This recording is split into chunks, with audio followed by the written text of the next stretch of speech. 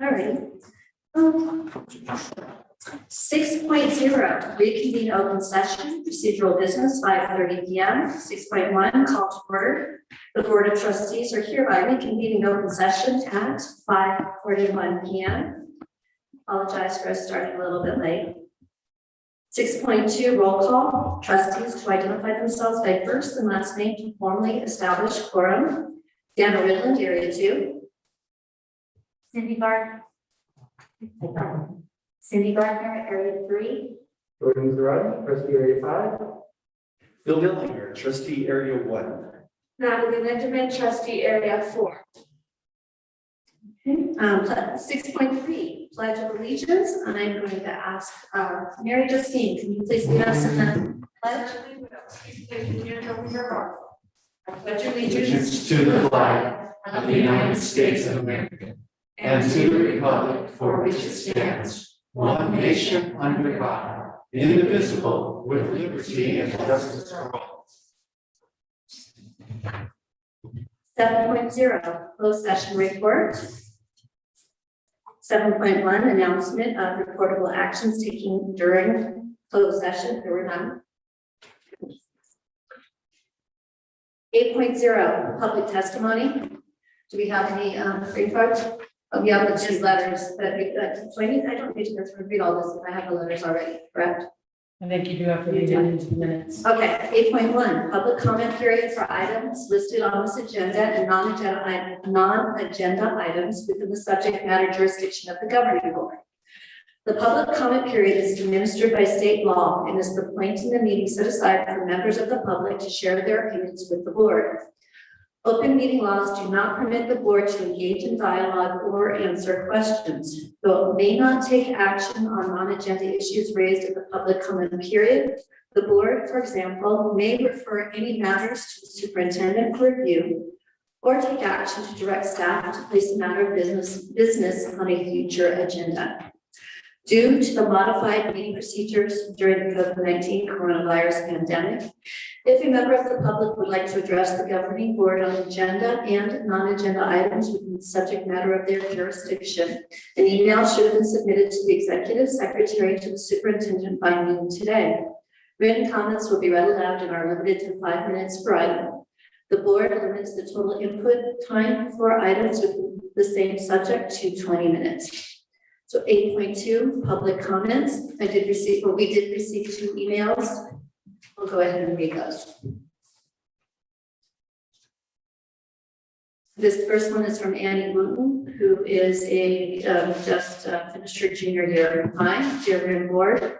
As of today, I was informed that some students are not going to get the opportunity to take summer school online if we have space in our schedule for next year. All of my high school years, I've yet to have a chance to take a class that I might enjoy, such as photography or ceramics, because I've had a compact schedule without it in Spanish all of my years.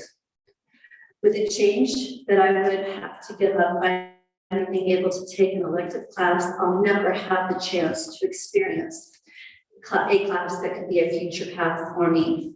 The change of this is very upsetting to me as an individual because this year has been so much of a challenge that I was expecting to have a senior year full of memories and good times.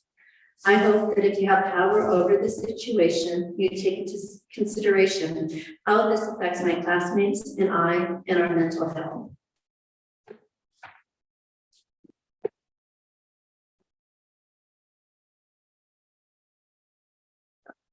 This is from Israel to Musero, again, just completed his junior year here at Renton. To whom it may concern, I was just informed that I am not offered the opportunity to do summer school. This year has been a rough year for me, and it's not fair for an avid student like me to not be offered summer school when we need the most out of it. For a last-minute change before the school year ends, there were some changes I did not agree with, giving students that don't have an open schedule to get the opportunity to get summer school. And the ones that do have an open schedule are going to have to retake the class. For this point in time and such a late notice, it's ridiculous for the change that has been made. I have a suggestion that I feel would benefit all students and myself that you guys should take into consideration. I think we should bring back the online method program for summer school. This would help students like me not just bring up our credit recovery, but bring up our grades so we won't have to struggle the following year. As for me as a junior year going into a senior year, I wouldn't want to do classes. I failed in my senior year just because I didn't get offered the opportunity to go to summer school that would help me the most. Thank you for listening.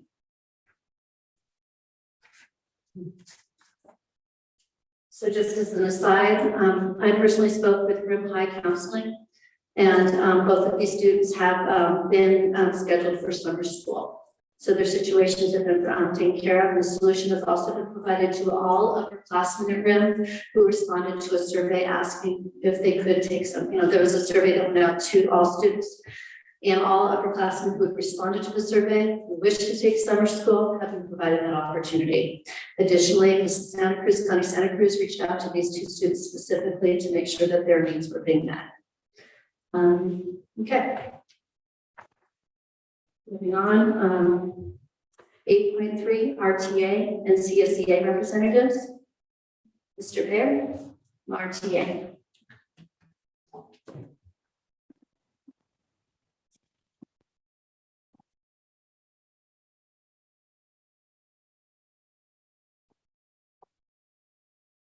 Okay, thank you for, again, letting me address you this evening. I hope I get through all of it. It's a little lengthy, but I wanted to go over, first of all, I want to say I'm not necessarily speaking for all of the RTA tonight. So, but I wanted to talk about some of the things that we've accomplished over the last 4 years. And these are the things that came out in my mind. A more respectful relationship between the school board, district management, and RIM certificated staff. 2, we went from a dysfunctional school board in 2017 that was more about ego and banning Harry Potter books to a school board that genuinely cares about students and their personal situations. So I know we had something to do with that, and thank you for not being dysfunctional. Number 3, we made it through a contractual impasse and a pandemic, which the federal, state, county governments did not know how to respond. We worked together to make school work as best as possible for our students, teachers, and community. Number 4, we made our salary schedule look better for attracting and retaining quality educators. However, this is still in progress. And I believe we've raised the standards of professionalism in the RIM school district. However, this is still in progress. Now, what we need to be concerned about still. 5 members of the school board, I really feel need to be activists at the state and federal level, but more at the state, to demand fair and equal funding for our students. LCFF funding is highly flawed. Ms. Gardner has been doing an admirable job meeting politicians and other state educational leaders, letting them know that the current funding formula is unfair, especially for RIM school district. All of us need to keep being squeaky wheels for those in decision-making positions. We must let them know that California's funding formula is equal and unfair. In last month's board meeting, Ms. Rayland discussed not using textbooks as much in class. I know one film that inspired me to enter teaching and education was Sidney Poitier's film, To Serve Love. The film shows an American teacher struggling to educate the lower classes of London, England. In one memorable scene, Sir tosses the textbooks into the garbage and tells the students that they will learn about the realities of life and prepare them for those realities. So I'm not sure if textbooks are, I know we have their reality, but I think most are students' learning experiences. That's from my 35 years experience. Next, continued declining enrollment. There are several reasons for declining enrollment, of which possibly one or two could possibly relate to the performance of our employees. However, most of our employees are completely dedicated to our students' academic and social growth. Community, I don't know, gossip. Some of the rumors and untruths come from certain segments of our community need to be debunked before being spread so much on social media, and the falsehoods become reality in the minds of those who don't think, just believe. This censorship of curriculum I'm concerned about. Seems like we're divided in this nation. And one side wants us to ignore teaching about slavery and science. Even in Florida today there was a school board that was ordered to not allow students to learn about that history, which is appalling to me. And then on the other side of the political spectrum, it seems like we need to be careful about everything we say, not to hurt anybody's feelings. So we need to be teaching facts and the truth in our curriculum.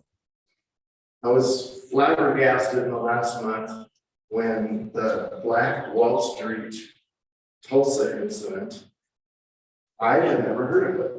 It was never mentioned in school. The story of pilgrims, of whom I am descended, is taught even today, whitewashed, to make it sound like everyone was respectful of each other and everyone shared their resources with each other. That really isn't close to the truth. On the other hand, this year, my high school, Junipero Serra, Father Serra, Conquistadors, name was changed because some were offended that the school name was named after a missionary that probably didn't have the understanding at the time, the 1600s, to treat California natives properly. Why can't the facts be taught?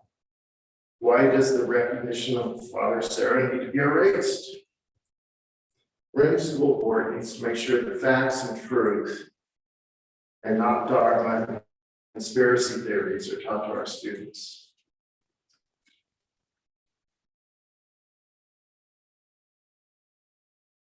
High stakes testing.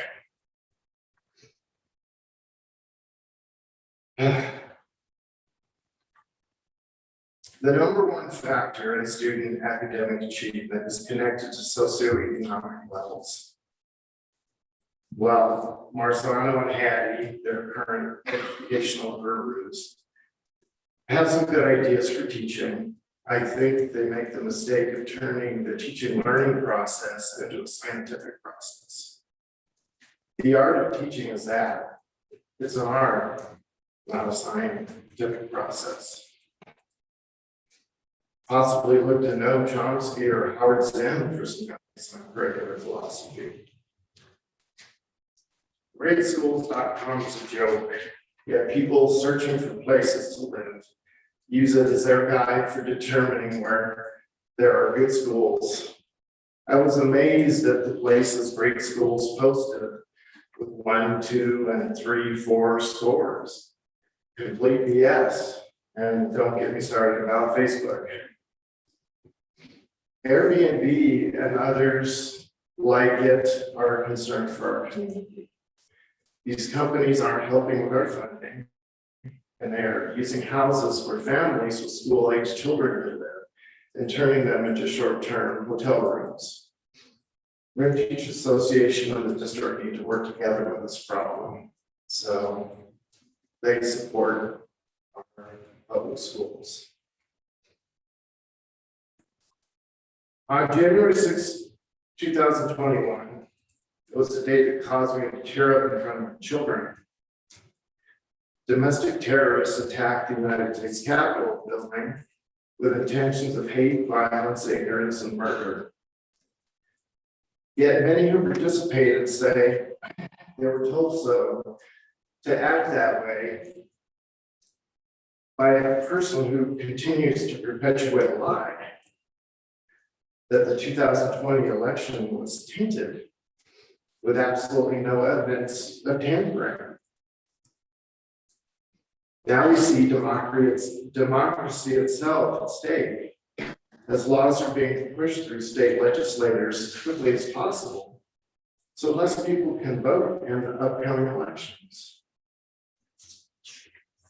Almost there. Our students need better government and civics education now before the United States loses our democracy. With that, I will end my 4-year stint as REM Teachers Association president. I am confident the newly elected executive board and bargaining team will continue to work collaboratively with management and the school board. There will be hiccups, but we'll work it out. I also wish the best for all of your families. I know it's been a tough year for some of your families. And it's been a pleasure serving with all of you the past 4 years. Thank you very much.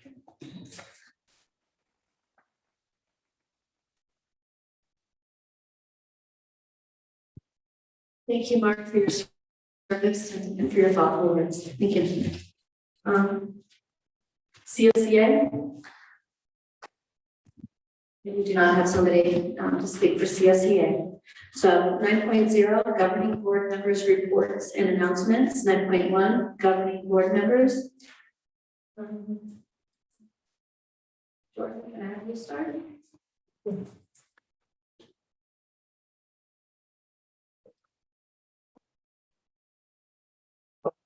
Because I know we have a lot of things on the agenda tonight, but I wanted to thank Mr. Barrett for his service as our state president. I wanted to congratulate all of our graduates. I know that we were all very excited to be there, and we're excited to see what you do and how you'll be representing Britain.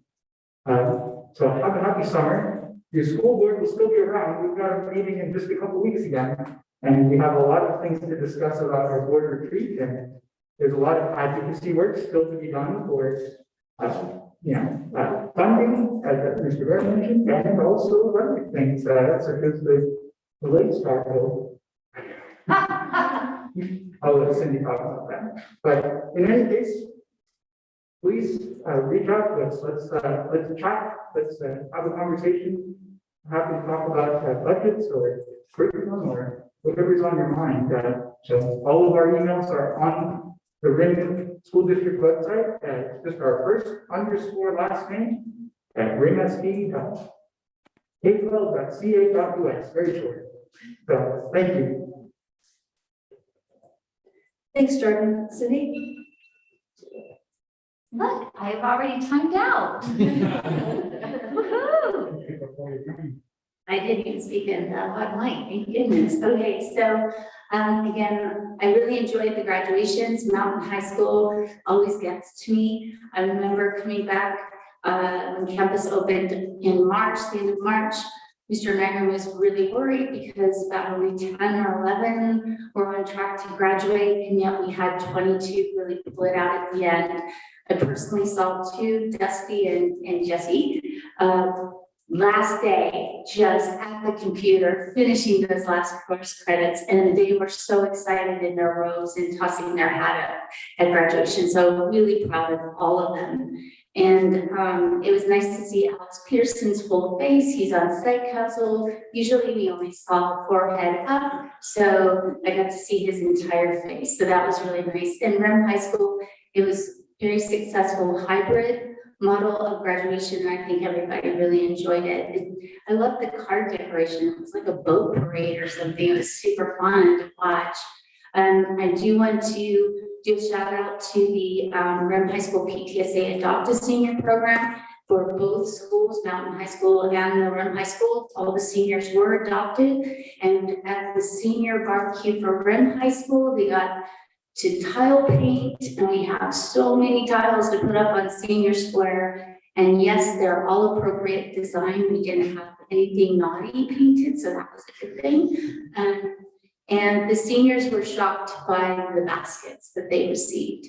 Mr. Sims, specifically Gavin Sims, he was just shocked with his big gift bag with all the items in it. He was just so overwhelmed. Mountain High School, again, every kid got their basket completely. I got a really nice email from one of the parents, and so I want to give a really huge shout out and sincere appreciation to Amanda Woodgriff, who worked with me on this. We with her experience, we really made sure that every single gift bag or gift basket was really fluffed and beautiful, and so it was really fun. It was really a pleasure working with her. I do want to say that yes, we're continuing advocacy. I'll get into more with the legislative report. I know that I'm looking forward to the end of this school year and beginning fresh for next year with hopefully a more workable reopening plan. But it's not going to happen maybe unless OSHA decides to be human. And I don't know if that's going to happen. So as the summer goes along, Michelle Murphy, our superintendent, will keep us posted on those constant changes, because yes, it is constantly changing. I know myself as a business owner, I have rewritten my COVID handbook and plan several times. I've decided to put the newest revision on pause because I'm tired of doing it. So I have to appreciate Michelle's efforts. And I'm looking forward to the board retreat so that we can do some focuses. And I'm looking forward to the last equity training on Saturday, the 26th, correct?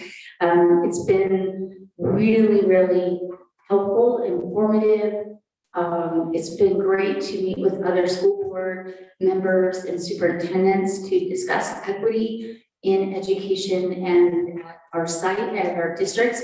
So that's been a pleasure to participate. And I think that's it for right now. Just want to say happy summer. Take a breather, relax, you know, just chill. All right, thanks. Thank you, Cindy. Natalie?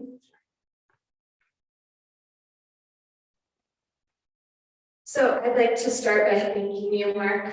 People might not know that Mark, I appreciate what we've done in the last 4 years with RTA, but just everything that you've given to our district. He was a teacher at LAE when I went to LAE, so I've seen him in so many different roles and different capacities, and it's just neat for me to have all those experiences with you. I know you and your team have done a lot with management, with cabinet, to have a more collaborative approach and to make us a more functioning district. If we do not function well amongst our board, with cabinet, with RTA, with CSEA, it fails. And I think we're doing a much better job of that. And I hope that the new team coming on board is able to continue that growth with us. So thank you, and you'll be missed here, but I'm sure we'll see you around other places. Or you'll come here still.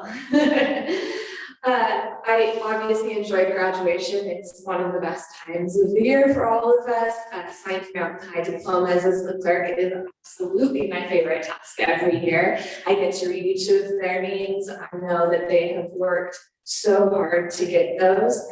Dave and Tori make me cry during graduation, so that's fun.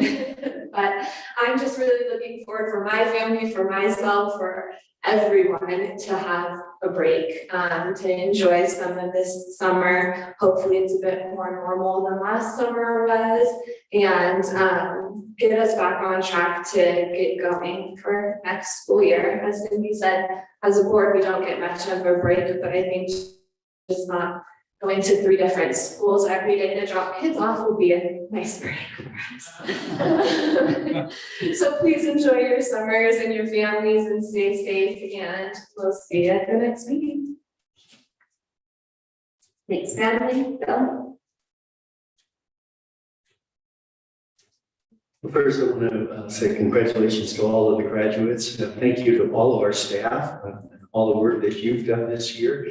And my apologies for not being at graduation this year. It would have been my first as a board member with multiple others, but we were having a special dedication ceremony for our grandchildren this week. So that was in Florida, and I left this morning at 6 a.m. from Florida to make it here tonight. So my apologies, but again, congratulations. Mr. Mayor, thank you. I observed InPass several years ago as a community member, and it's good to see the positive relationship that's developed. And it's interesting, but in my notes, what I wanted to mention was that we need more advocacy, not just by the board, but we need advocacy by staff and parents to the state now regarding next year, regarding the governor's budget. The Assembly is working and the Senate are working on things. They're working on proposals right now together. They're almost at that final point, but we still need to be saying more funds for education. There was a plan and a hope that there would be increased in percentage of the funds that would come towards education because of the COVID funding. Everyone thinks there's more money, and so they're not increasing the percentage for education. That is a serious issue that we need to be advocating to get staffs, classified, certified, teachers, parents, administrators, all of us need to be advocating. I just want to urge us to do that. We continue to speak up on behalf of education to the state. Cindy's done a great job at that. I know I've done my letter writing already, and I continue to do that, and I would urge you all to participate in that process. I'm continuing to learn how to be a board member by the Masters in Governance. Got a couple more classes this summer, so hopefully I'll be better equipped next year. And I just want to say also, it was a privilege to be at the barbecue and to hand out the baskets to the seniors at the high school, and to see all those baskets and see those students and to celebrate that with them. I had the privilege of adopting a couple of students myself too, and was blessed by that privilege as well. And we are working on our equity training. Michelle and Cindy and I are attending that, and we are preparing a preliminary statement, and we'll see where that goes as we continue. That's part of our homework, actually, for our next meeting that will be taking place, as Cindy mentioned already. And with that, thanks, everyone. Please be careful and be safe this summer, and enjoy the time that you have with family. They are your most important people. Thank you, Don. And I will go ahead and make my public comments now. I'll speak into the microphone. Masters in Governance, I just forgot about it, and I just wrote down for my notes. I just completed my last class. I completed class 5. So I'm very excited. It's a very worthwhile process. And I appreciate how our whole group is really move forward in taking these classes. I understand a lot of the school districts board members don't put in that time and effort. We see your graduations. I want to express my appreciation to both Tori and to Dave for doing a beautiful job. I really heartfelt speeches. It's very apparent how much you care for our students, and I know it isn't just you, it's our staff. And our community. I mean, very clear that our community is there for our students, and that I think is one of the things that's incredibly special about our mountains.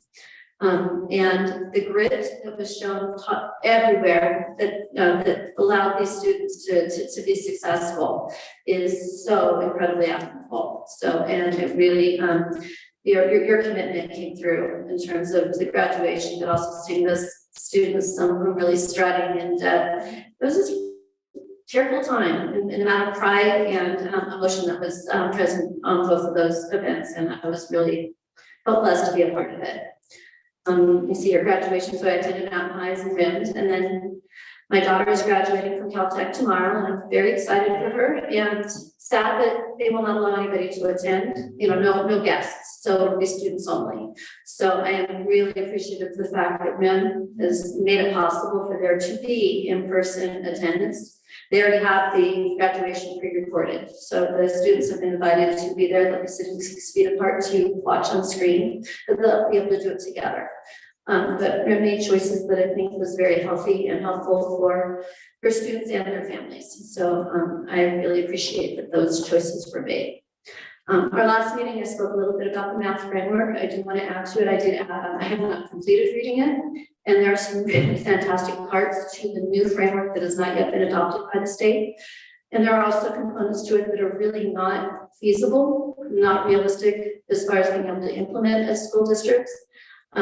And so as a whole, I'm not a fan of the frameworks, but I think honestly, there's amazing resources that are referenced in terms of big guiding problems. There are discussions in terms of how to be able to approach math curriculum so that in the same classroom, you could be hitting all levels of students with really compelling problems that they can really dive into. So I do believe it's well worth looking into. Also talking about the neuropsychology that happens with education in general and the importance of growth mindset in approaching education, but especially with math, because there are so many barriers for so many students. So being able to think of math in younger grades as a game and treat it as a game, and it kind of sucks students into the whole idea that math is fun, which it is. So the framework has all sorts of strategies in that regard, and also free resources, online resources. So I do encourage all folks that are interested in math curriculum to take a look, be critical, but also be open-minded in terms of there are a lot of really wonderful takeaways. I want to, I share the comments of the other board members. Definitely be safe this summer. It's really important for our staff to take the time to fill their cups. It's been a depleting year, and investing in yourself and your mental health is incredibly important. You really can't help others without taking care of yourselves first. And this year has been just a horrible year, and it has taken its toll. And so be mindful of that. Make sure that you're taking care of yourself during the summer and getting what you need to be able to start fresh, invigorated, and healthy come fall. Thank you. And with that, 9.2, superintendent. Thank you, Mark, for your comments tonight and your service to our teachers for these last few years. I also attended all the graduations, senior barbecue. I had a lot of fun in Snow Valley this year. We didn't have as many kids and families show up, but the amazing thing to me was I can remember being in the classroom and it's very unified, and we had students that had never been to the beach, and the beach is 2 hours away. And so it was interesting to have families say they'd never ridden the ski lift. That was their first time, and they live here. And so I think that was a really cool thing. Some of the teachers already talked to me about, no matter what, can we continue that tradition? Talk to Kevin Soames at Snow Valley, and he is very willing, as long as he is in charge, to keep that tradition free for our families. So thanks to Crystal and Tori for being there the entire time. So that was fun again. I signed a letter on behalf of Ridge Unified School District in conjunction with AXA and CTA about independent study. Independent study is a policy change that is proposed to make daily live interaction as part of independent study. So that is being really well liked by the Assembly and not so liked by the Senate.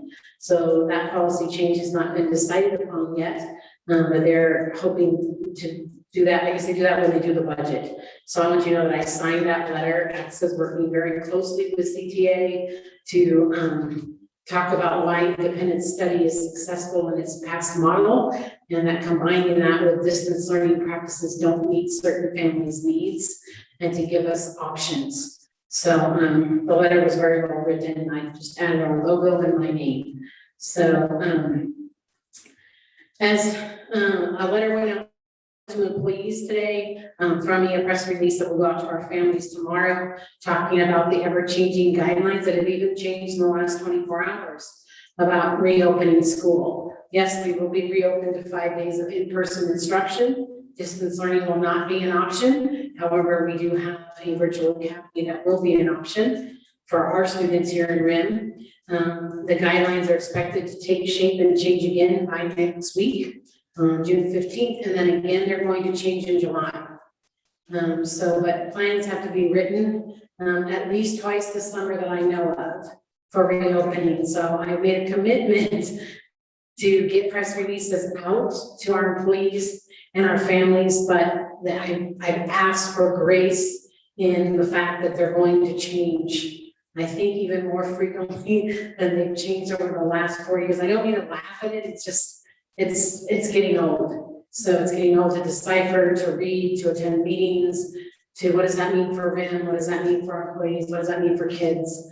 So we'll continue to do a great job and do things so we can get information out. So a press release is going out tomorrow, and then we'll probably do one in 2 weeks after we learn about next week. So the following week, and then again in July. So as far as I know right now, those are kind of the big dates. And all of those things have to do around max vaccination, social distancing, proximity.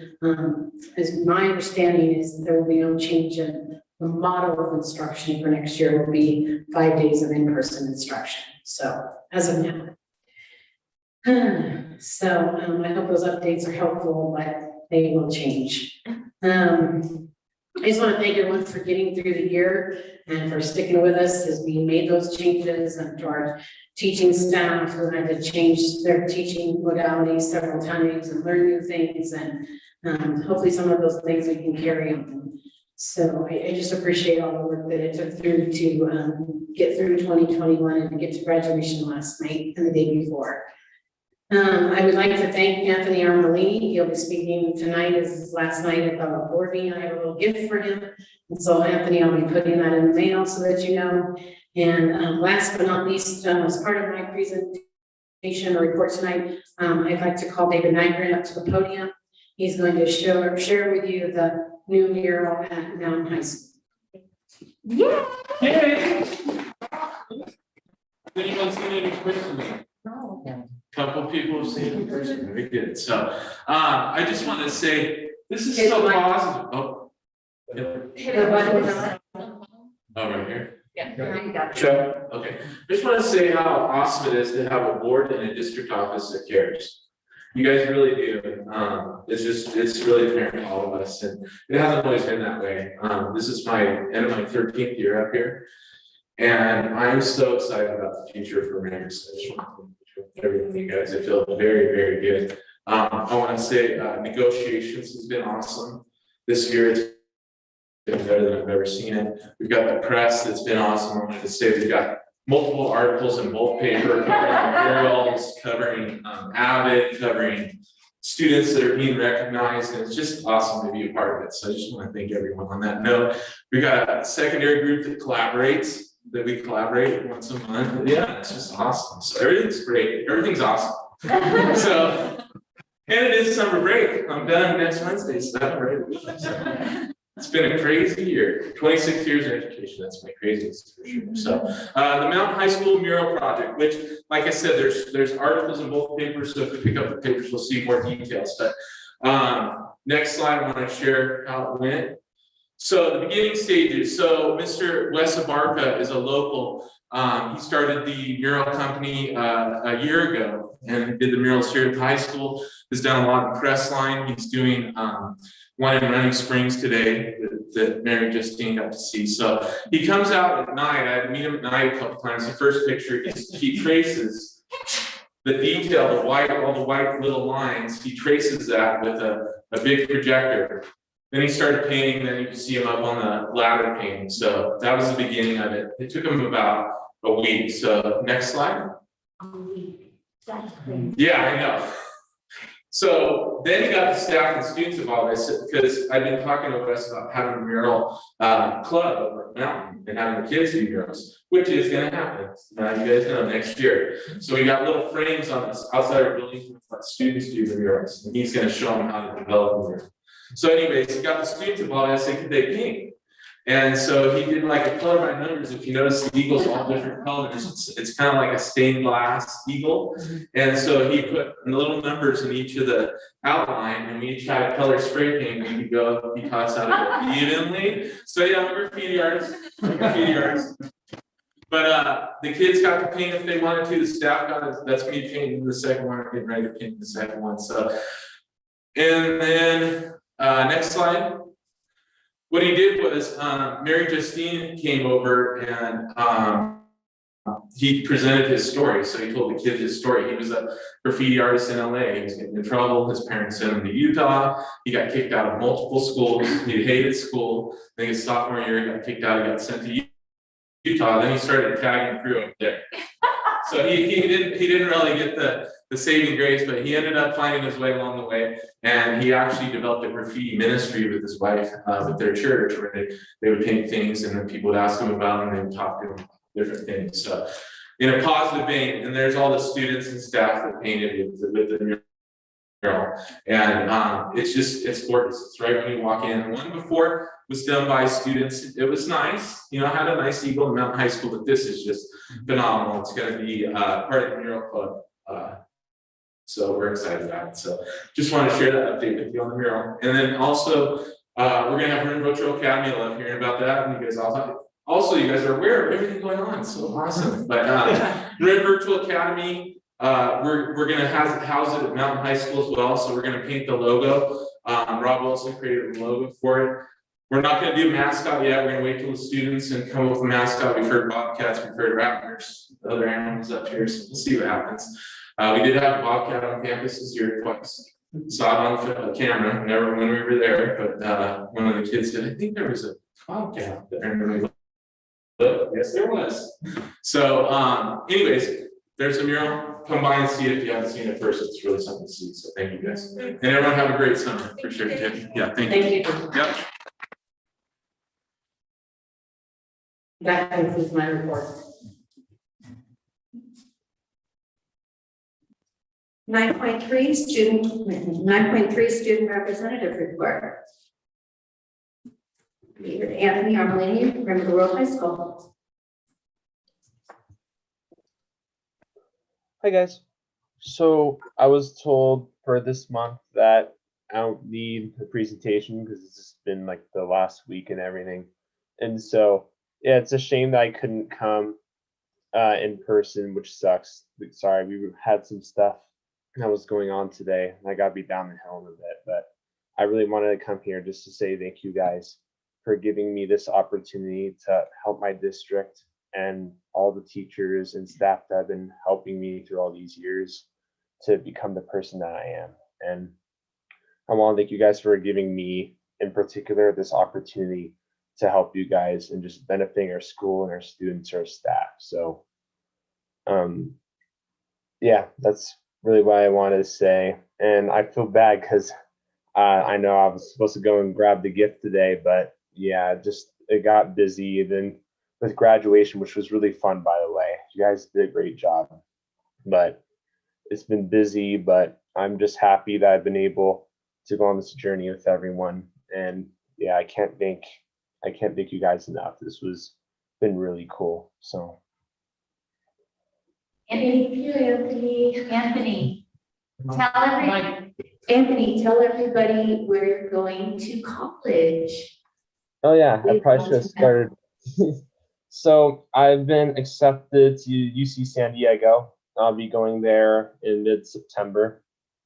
I'm going to be majoring in political science. I'll be taking some, after my prerequisites, I'll be majoring in law, and I want to become a corporate lawyer, but I don't know where it's all good go because you know how college is. But I'm really excited, and I'm just glad I've taken the steps to prepare for this journey by taking opportunities in my community, in my neighborhood like this, and I feel confident in my future. So thank you, everyone.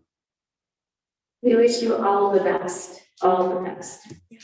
thank you. Yeah, thank you. I'm well aware you guys have been absolutely amazing for me in our district and our students. And I know especially our school has gone through some special circumstances and issues that a lot lot of other schools down the hill in the state of California don't go through. I'm glad that everyone's kind of come together when it mattered, and that just has made all the difference. So I really can't put into words how much you guys mean to me and how much this district means to me and how much everything you guys come here every month for and how much you work your butts off. It's incredible. It's amazing, guys. So thank you. Thank you, Anthony. I'll put a little something in the mail to you. Congratulations, and you're gonna have, I know, a very successful time at UCSD, and thank you for everything that you've done for the district yourself. Of course. Thank you, guys. There we go. Bye. Thank you.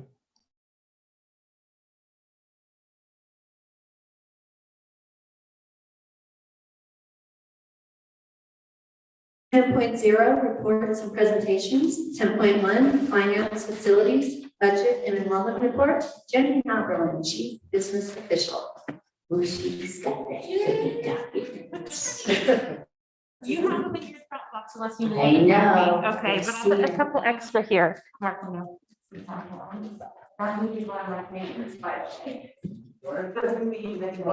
favorites. That's a good one. So. Okay, thank you very much for having me tonight. I have a, what seems like a long presentation, but I promise some of it is just review and some processes, and we'll get through it pretty quickly. So as you know, this is our budget hearing. The budget and the LCAP are adopted in a two-step process where we have a hearing on one board meeting and the adoption on a subsequent board meeting. And that was part of the LCFF, regulations and changes to how we're funded. And when the LCAP came around, it was just became a two-step process. There was always a budget hearing, even under the old revenue limit, but it was at the same board meeting. So you would have the budget hearing in the beginning of the board meeting, open it up, but you'd be adopting it the same night. So this is time for, if we do have any changes, I'm still working on the supplemental pages, and the meat and potatoes of the budget is done, but it's this statistical analysis and some of the extra stuff that goes along with our submittal to the county. I'm still working on. So you will have a complete document by the 24th, and so will the public can post it on our website of the proposed budget. So I just wanted to start by okay, so budget approval. We can have, there's three types of budget approval. There is just straight approval, conditionally approved, and a disapproved budget. We're anticipating an approved budget with no changes from the county.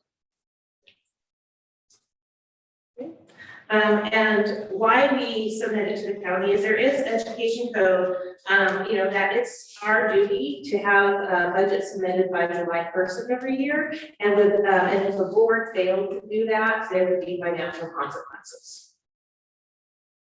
Okay.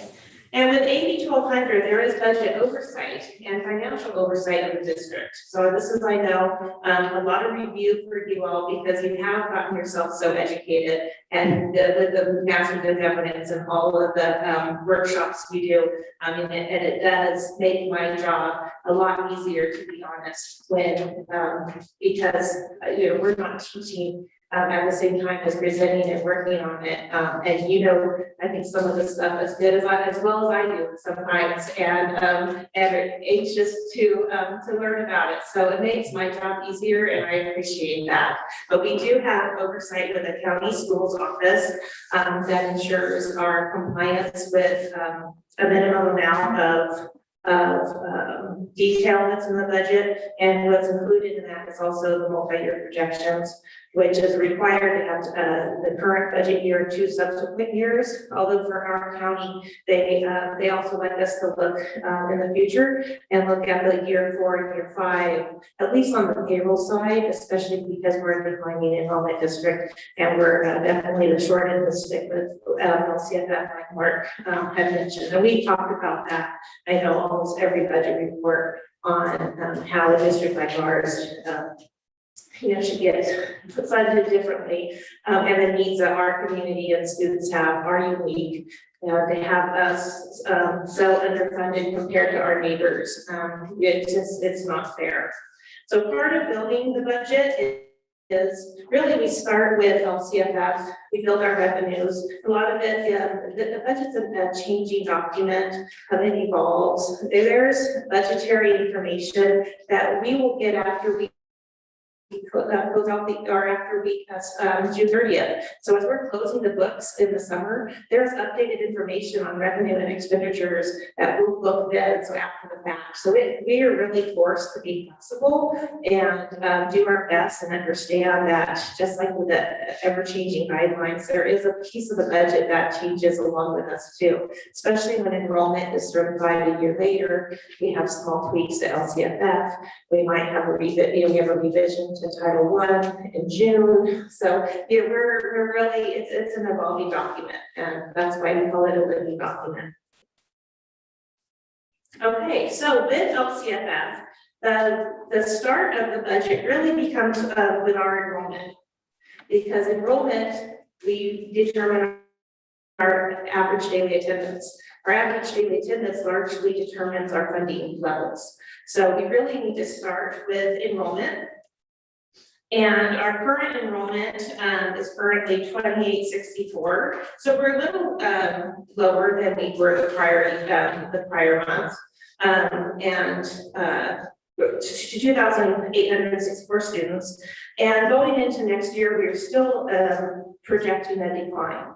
It's a little bit unnerving on what COVID-19 and every district almost in California, we talked about it a lot on the statewide decline in enrollment and the amount that will be followed on trend this year. We've been pretty static with a 3% enrollment decline with a 2% enrollment decline throughout the year. And we really haven't given up on, unfortunately, on that trend. So, but will the housing market with, the people moving out of state and they perhaps moving around even Southern California, where will the kindergarten classes land? So with looking at enrollment, we have to project enrollment to satisfy that 8,1200 multi-year projection, because we need to project our revenue for 3 to 5 years. So looking at our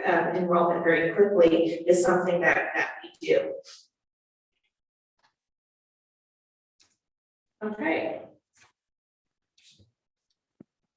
So part of the LCF formula is also a supplemental concentration grant, and that is based on our UPP. And you can see here on this next slide is our projected for enrollment as of CBEDs going in the years forward. We are projecting a decline going into 2022-23, 127 students. Into 23-24, 143 students, and 24-25, another 125 students. So and that's with normal attrition and then the 3%. So we do look at our 9th graders exiting, what our kinder classes will be, and we also use that for staffing and for budget building. We are going into next year projecting only an 89 student decline, and that it's just how our seniors that are exiting and some higher grade levels at the younger end of the district. Our UPP, duplicated count, pupil count, we're projecting around a 58% UPP. We think we can get up to the 62% based on our demographics, based on what we see. And we'll be continuing our push with our child nutrition services and with our school sites for the parents to not only fill out the child nutrition application, but also if they don't want to, they have an opportunity to fill out what's called an income verification form that we can use to document our parents' income levels. I know it's a sensitive subject and to ask our parents to fill that in every year, especially if they don't want to participate in the school lunches. But then knowing, trying to message that there's money that our schools can get if they help us by giving us that information. And it's kept confidential at the district office too. So we're already planning some outreach. It's a little difficult because next year we will be on the everybody eats for free again. So we won't require our students to fill out a lunch app in order to have a free breakfast and free lunch at the school site. So anyone next year who wants to participate in a lunch or breakfast will be allowed to. And that comes with a waiver, with the coronavirus waiver with the National School Lunch Program, USDA. And so when you don't have an incentive, some parents are less likely to fill out a piece of paper. So we're really going to have to, make every phone call, do that outreach, and let parents know too that still fill out the form because you may get discounts on your utility bills, free college applications. Charter Spectrum has a program that if you're in the National School Lunch program, you get a discount on your internet bill. So there's other benefits than eating our cafeteria food. But we are working on some new ideas with our kitchen and trying to get the food that's healthy and the food that the students like.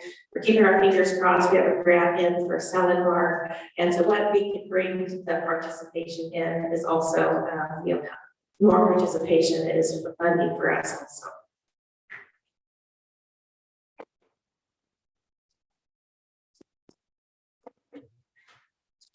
Okay, I know you can't really see it up there because the screen is so, it seems far away from here. But I wanted to talk about the statutory COLA and the actual funded COLA.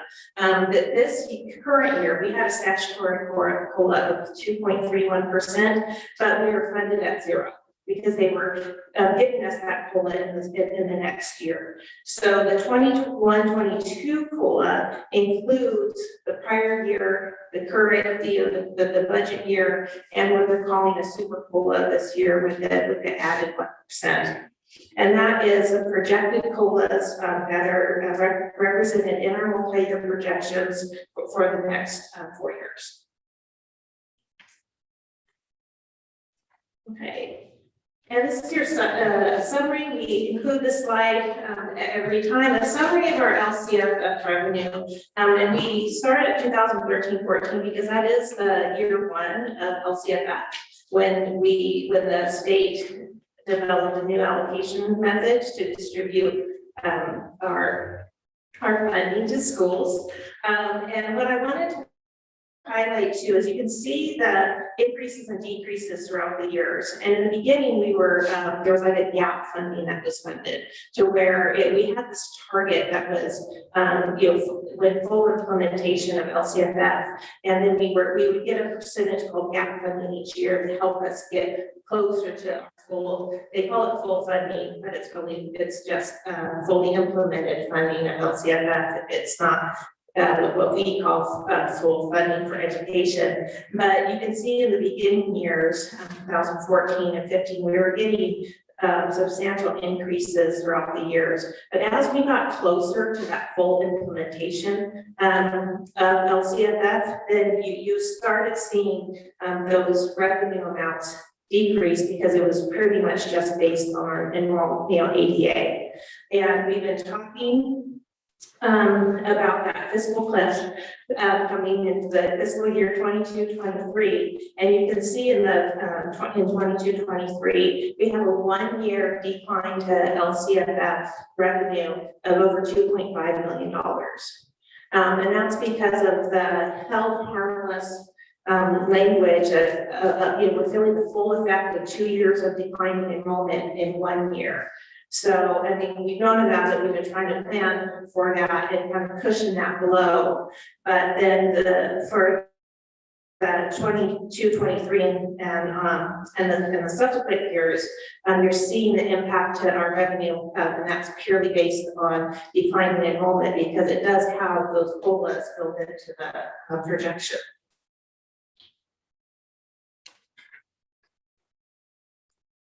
Okay, the next slide I just like to highlight because people got real excited when they saw the 5.07 COLA, you know, and almost like the entire amount is new money. But don't forget that COLA was in January 3.84. So the additional money in my projection today is just that difference of a COLA that we've already recognized 3.84 of it to 5.07. And the 21-22 fiscal impact is an increase to what was previously reported at second interim of about, you know, just over $350,000. So you can, you know, that when you 5.07 seems like a lot of money, even to me, it does. You're like, you know, oh, that's what when I put in the calculation, we're going to come out with something big, you know. But you can see that really, I'm thankful that it doesn't go the other way.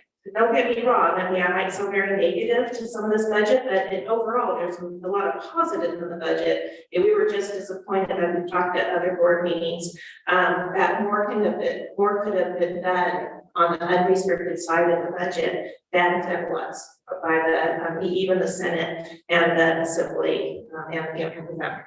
So we are seeing that there could be some good news if the Assembly and the Senate's budget, you know, kind of wins over and is used to the, you know, when the state finally adopts its budget, because it does recognize higher state revenues than the governor's budget does. So that would just naturally fall into higher money for us and in all schools.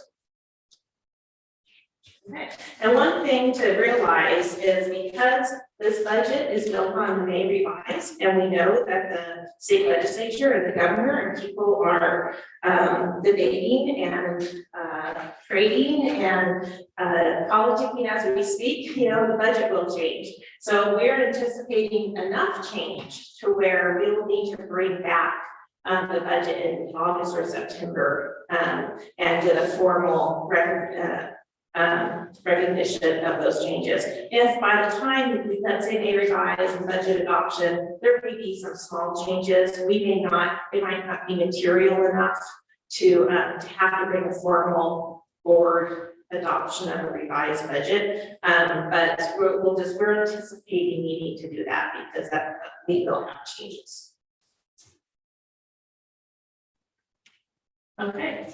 The next 2 pages is really wordy, so we won't read line by line up there. It's hard to see anyway. We talked about the budgets based on the governor's May revise, that we will have a revision. I wanted to let you know, yes, there's a super COLA, but there's also several one-time funding opportunities in this budget from the governor that RIM may not be able to participate in all of it. We've talked about that before. So, once the state adopts their budget and RIM knows, okay, we'll even if it's restricted and not on the unrestricted side of the budget, we'll revise our budget and say, oh, we can participate in this special program, we can participate in that special program. And that'll be part of our routine budget revision at that time. And the one-time federal funds, with the exception of the ESSER 3, is included in this proposed budget. I'm sorry, I lost my place. and the June deferrals have been eliminated, and then the impact is a positive cash flow. So we finished it. The cash flow is not in the draft budget that you have, but we finished that yesterday. And so it was just right now the June deferral is the only deferral that remains. And one thing I'd like to highlight too is that the traditional attendance accounting returns for the 21-22 school year. And the impact of declining enrollment and the lower attendance rate impacts our multi-year projections. So, and you see that decrease in LCFF.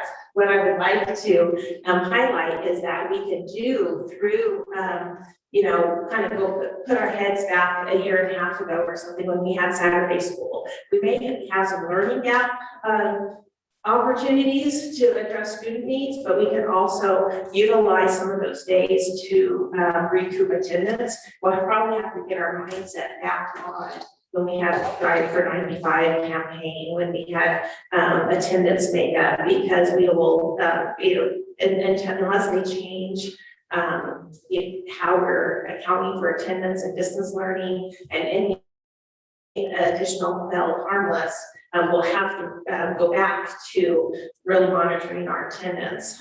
And what the fear is, through COVID, I think we realized if you don't feel good, don't come to work, don't come to school. Where before we might have just toughed it out a little bit more. Like, oh, I'll stay in my office, I want to get my work done, or still go to school, you need to be there. And I think there'll be a little bit more hesitancy after this. So to have opportunities to recoup attendance would be something we would want to make sure we don't lose sight of.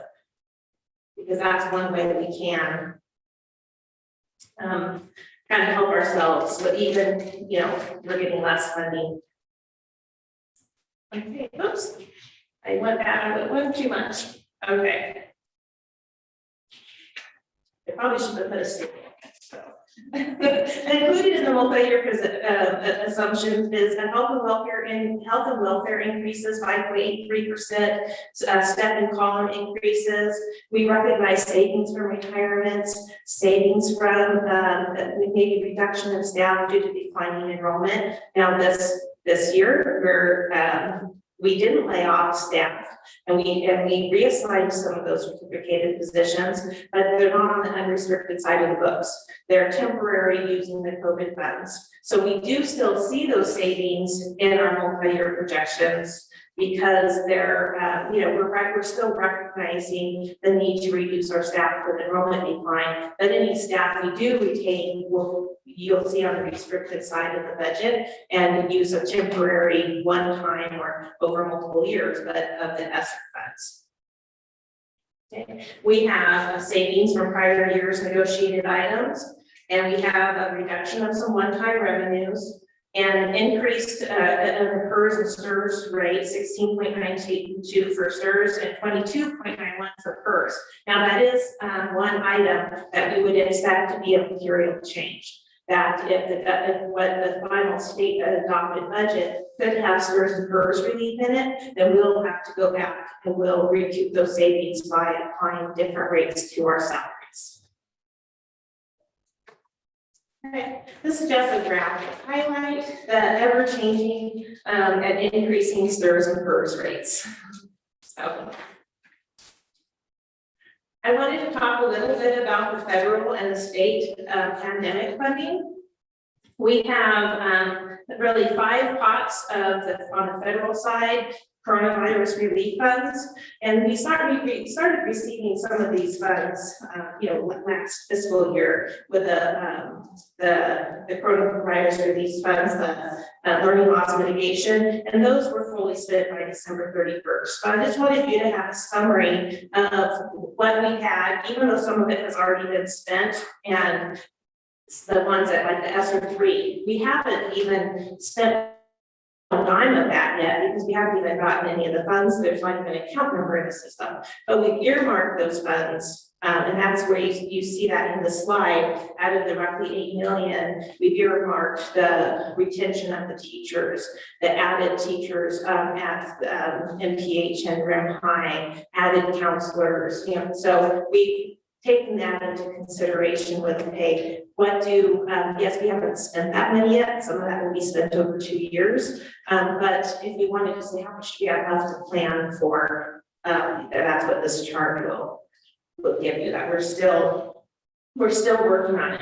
Now we anticipate the ESSER 3 plan to go to board September 9th. That means in August, we will be busy with the walkthroughs that we did, with getting community and stakeholder input. And so that will, unless we wanted to have a special board meeting in September, we would have to have that done at the September 9th board meeting, because that plan will be due September 30th.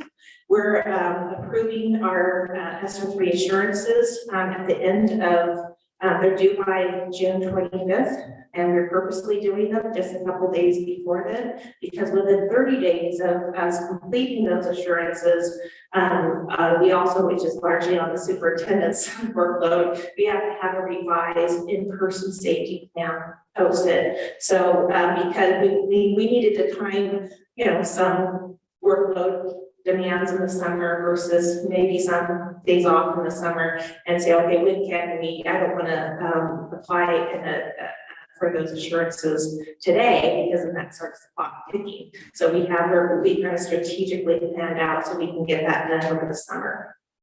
But then the board approval needs to be done by September 30th. Now with the SR3, no less than every 6 months, we will have to discuss SR3 and make any changes to our plan at an open board meeting.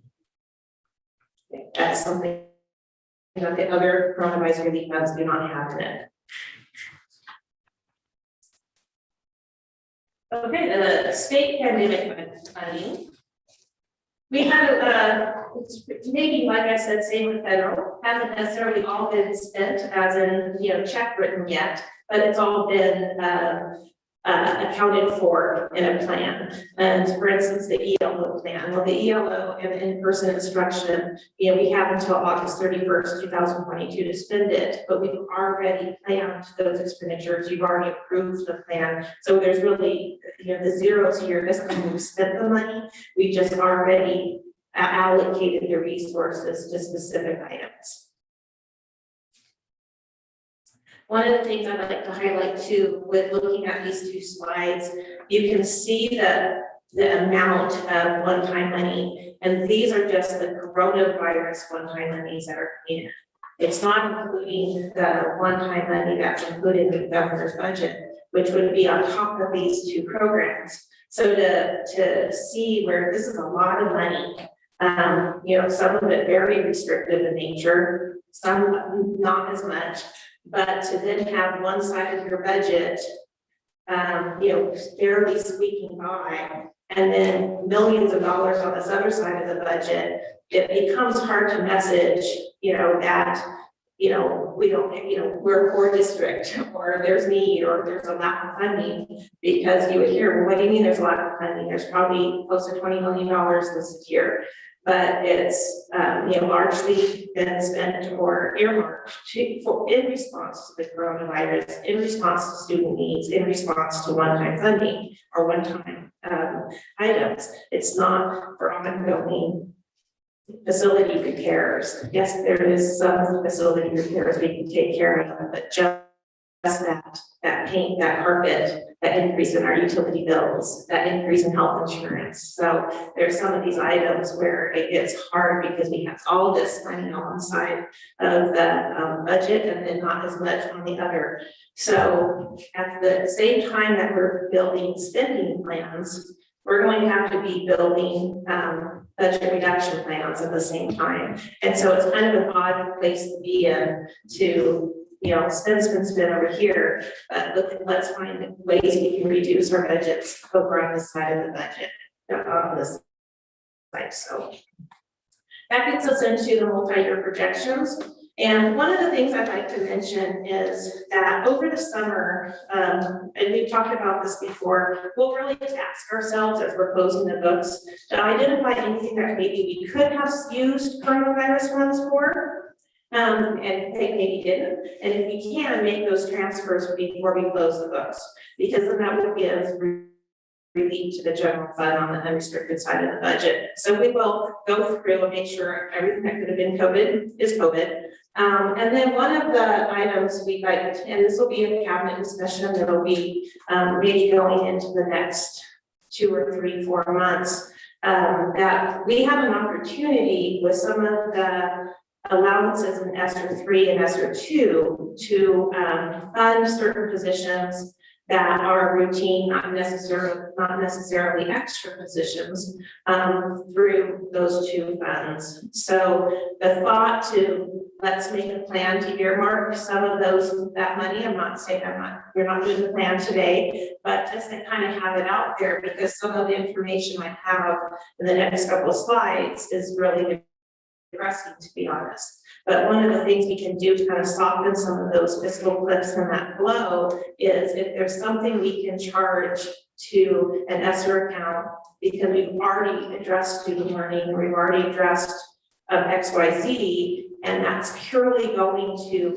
solvency, but also retaining staff, which is servicing students, and depending on how we want to, what lens we want to put it on, that's an area we want to keep open for us to leverage some of these funds. And it's really happening, these are discussions that are happening in probably every district. I had a pretty long conversation with the county office today based on just looking at strategies on over the next couple of years on how to start working with all of us on the impact of declining enrollment and the county's oversight. So it's good for them to be with us from day one with helping with some of these ideas before they have to step in. I'm not saying we're even there yet, but it can come quick if we're not keeping our eye on the ball with the issues that we have in front of us.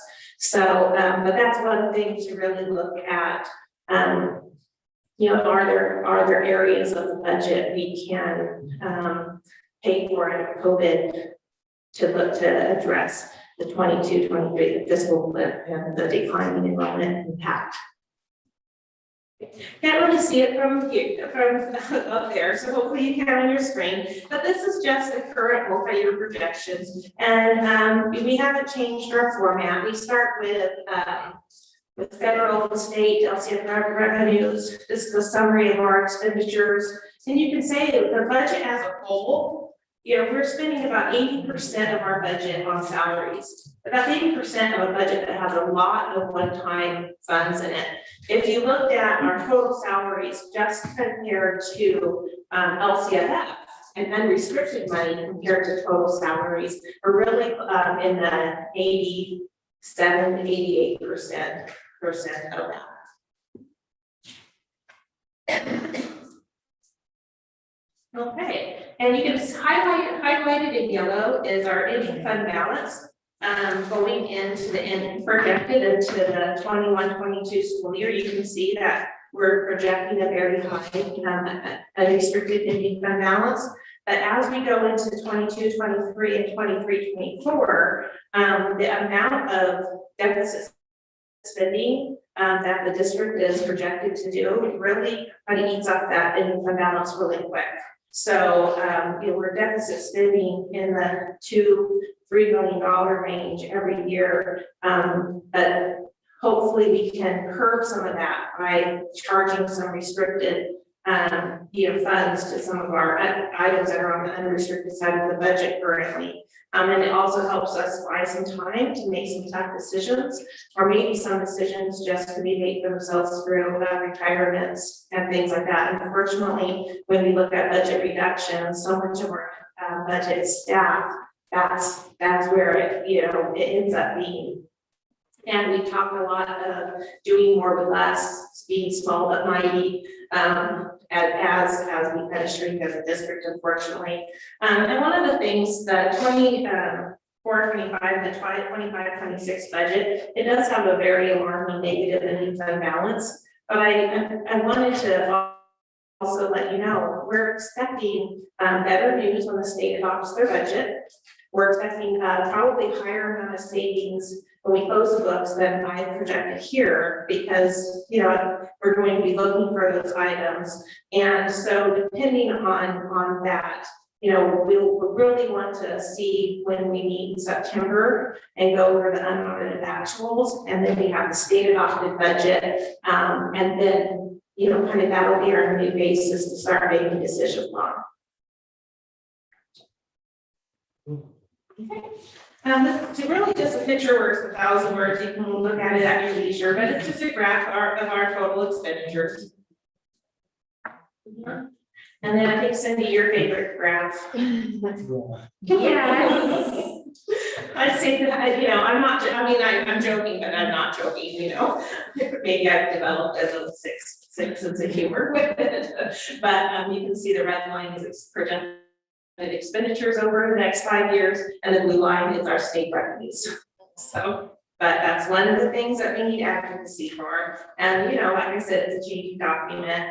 You know, I do anticipate to have some better news in September. Will the better news be enough to totally fix this? No. Okay, but you know, the coronavirus money and the savings we had this year, you know, it did extend that cliff a year, or else we would have had to make some serious, you know, we'd be sitting here with a fiscal solvency and layoff resolutions at this board meeting if we didn't have that. So it's bought us some time to regroup and see where we kind of want to go, see if the state budget, you know, what the forecast is, you know, going further into the, you know, 4 or 5 years out. It's interesting, Jim, because when I'm looking at this graph from when I'm in different advocacy meetings, and I talk about our decline in enrollment and where it was in the 99, 2000, over 6,200 students, and now I give them the enrollment of what we have now. It's and I said, yeah, we're at half our students, and so. How do you fix that? And people have various different stories about their declining enrollment, and there are districts that have growth, or they're at a stable enrollment. And so it's just interesting where everyone is at, but most districts are seeing some kind of decline. Maybe not at our rate, maybe it's greater than our rate, but they all have this little deficit spending graph. Because I feel like I'm a broken record, and but our story hasn't changed, but also it's a similar story than most schools. I mean, we're in good company, you know, with many of our neighbors, and you know, other school boards are having very similar, if not exactly the same conversations that we are. That's encouraging. At least we're not alone. We can learn from each other, see what other school districts are doing. I have some ideas from, you know, what other school districts are using their ESSER funds for. And so, you know, just working together to get ideas too. So it was nice that, you know, to hear, oh, Brendan was doing this today on my phone call. Oh, they're doing this. Oh, most districts are looking for staff to charge over, you know, find more. Okay, you know, we can do that. We can, you know, so it's definitely, and I think we're in very good hands with our county oversight. They're doing, I think they're a really good office, and they actually gave Ren a very nice compliment today. So, and not just me personally. So, well, you know, us as a district. So that was very nice to hear, because it used to be Ren, you know, 5 years ago, and now it was. You know, it's been evident how hard we do. So it was very nice. I hadn't even shared that with Michelle yet. I totally forgot till now. You actually, my advisor must have met me because she said you were great. So for actually that too. So okay, this was just our draft of our projected ending fund balance, which we talked about. We will take a deep breath. One of the things that Mark hit on this, and I stole this slide, you all have this slide because it was the same conference that we went to, and I thought I'd sell it because of just you know, hearing stories of the house prices, and even here, you know, especially a longtime resident like myself, it makes me sad for kind of the younger generation being able to buy a home. This used to be the first place you can go for affordable rent, first time home buyers, and to hear, you know, if maybe we have staff members who can't find rentals or places to buy, you know, it's been really personally sad for me. Especially the kids that are in their 20s now too, like will they ever be able to, what will California do for them? But, I'm just seeing in the median home prices in California, and it makes me a little worried about our enrollment, because I personally know people who are like, hey, we were gonna get out of Dodge anyway, let's get out now while the prices are high. So, we're all hearing stories like that.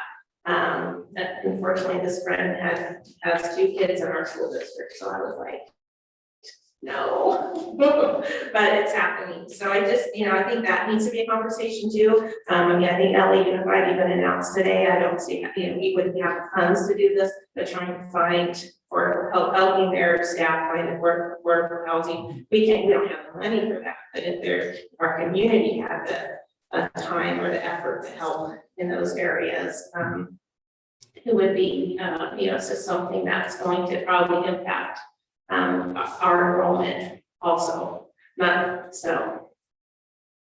lower birth rates anymore, unfortunately. So, and then we talked about it before, statewide, the enrollment decline. I just, we had a conversation in my call today about, just where are all these kids and where are we going to land? The reduction in K-12 enrollment this year. And I think that's important for people who aren't at the meetings that we go to hear. Because we're going to be talking about attendance, Saturday school, maybe bring back Scribe for 95, not sure what we'll do this year. I wanted to bring back the everyday counts and showing, what one day of school, we're funded differently by grade level and by demographics. So this isn't every single student, doesn't bring us in $60. But if you were part of every subgroup, you may. And so, roughly we will say, $45 or $50, because we don't know if you're in the supplemental concentration category or not, or if you're not K-3 or 9-12, the funding would be different. So parents say, well, I'm going to be absent. How much is that going to impact your school? Well, it's going to impact us by definitely $50. Okay, so, and possibly more. And then this is, of course, because the ADA for the 21-20 school year will be the 22-23 revenue. We wanted to look at, what would this be for next year's revenue, not the budget year, but the 22-23. We've been averaging about 93.49 district-wide ADA. So if we went to 94.49, so that's 1 percentage point increase. Okay. That's rough, that's just over 300,000. And I think the rule of thumb, people would say, well, for every, fraction of a percent, it's about 100,000 or something like that. So 1%, think about 300,000. But it really starts to increase if we were to get to, 95% attendance, it's almost $500,000. If we could get up to 97%, we're looking at $1 million.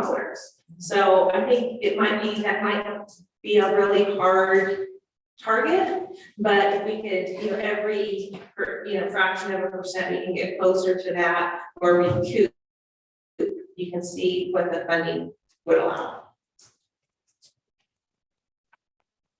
Okay, we have a couple committees that have been meeting even during the pandemic. Our budget committee, strategic planning and advisory committee, 711, and our citizens oversight committee. Just wanted to give you a quick update that on our budget committee. Our last meeting was on May 18th, 2021. 2 of you are members of that. And the next meeting is scheduled for September 21st, 2021. We are meeting every other month. It's really good. It's not necessary to meet monthly, and probably even and we have a December and June that we don't have any meetings, so it ends up about 6 times a year. The committee will review the final 2021 budget when we fill out the books and review our current NYP. So that will be after our board meeting. You'll have the unaudited actuals. We'll review that with the budget committee to discuss ideas, and it is another group that can have that same information. So when they're stopped in Stater Brothers, or they're stopped in their classroom, or stopped in the bus yard, they can, because every group's represented, they can have information, and so it kind of it helps with that urban myth or some of that misinformation that's out there. The Strategic Planning and Advisory Committee last meeting was April 21st. They're going to meet after our attendance boundary and capacity study is done. And we're not even doing our kickoff meeting till the last week of June with the company. So we'll work on that over the summer. Then we'll start bringing some of that information back. The same company's doing the board trustee boundary map study as well. We got our first email to maybe that needed for that kickoff meeting also. And then the Citizens Oversight Committee will have 1 to 2 more meetings depending on Fund 21 Measure W's balance. So they probably won't need to meet more than once, but maybe we'll do 2 meetings, and it's just purely about the timing of it. Jeff Young is still our chair. Okay, so the next steps, we talked about this a little bit, we'll submit our budget, look for the state to adopt theirs. We'll bring any revisions necessary at the August or September board meeting. I'm assuming the September board meeting. We'll continue the budget committee, continue to monitor enrollment and staffing, and then just continue to collaborate and be flexible with ever-changing state guidelines. So at this point, do you have any questions? I do have a question. Just wondering in terms of if we do face inflation in the years ahead, and through that for the school district, what will that mean? Well, I mean, they're saying in certain categories, and it's funny because I had that in my notes and I didn't make a slide on it, on you know, the different areas of the marketplace on what sectors are increasing at different rates. You know, we have the maintenance and wood and metal and items like that. We have transportation costs that will go up, which our food costs aren't really scheduled to go up, but then the gas on the trucks and delivery charges. And we have just the overall price of goods. I have not built in increases to the budget for that, basically too, because the assumption would be is then we buy less or we do less. And we still stay within our budget. So that might mean, you know, either doing without or in the maintenance budget, we only fix what's, you know, we go back to band-aids only, emergencies only, and things like that. So we don't build in an inflationary scale or on our just goods and services. We do for things like health and welfare, STRS, PERS, things like that, but on goods and services, we don't add those costs back in because now we may feel them, but then the site's overall budget would just stay the same and they'd be buying less. So it would be maybe the same $20,000 site budget. It may just, you know, not be able to buy as much. Do the long-term effects of inflation also usually include a higher COLA or higher? So the COLA is based on a national index. And so what we see in California is our cost of goods and our cost of living goes up higher than that national average, which is governed by the CPI and the GDP. So then usually what we actually see in inflation is greater than the COLA that we're working anyway. Good question.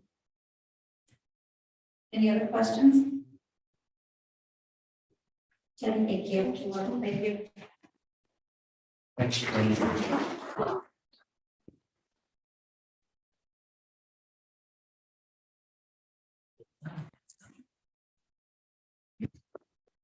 Okay, 10.2, setting direction, 10.2, legislative update report, Trustee Gardner.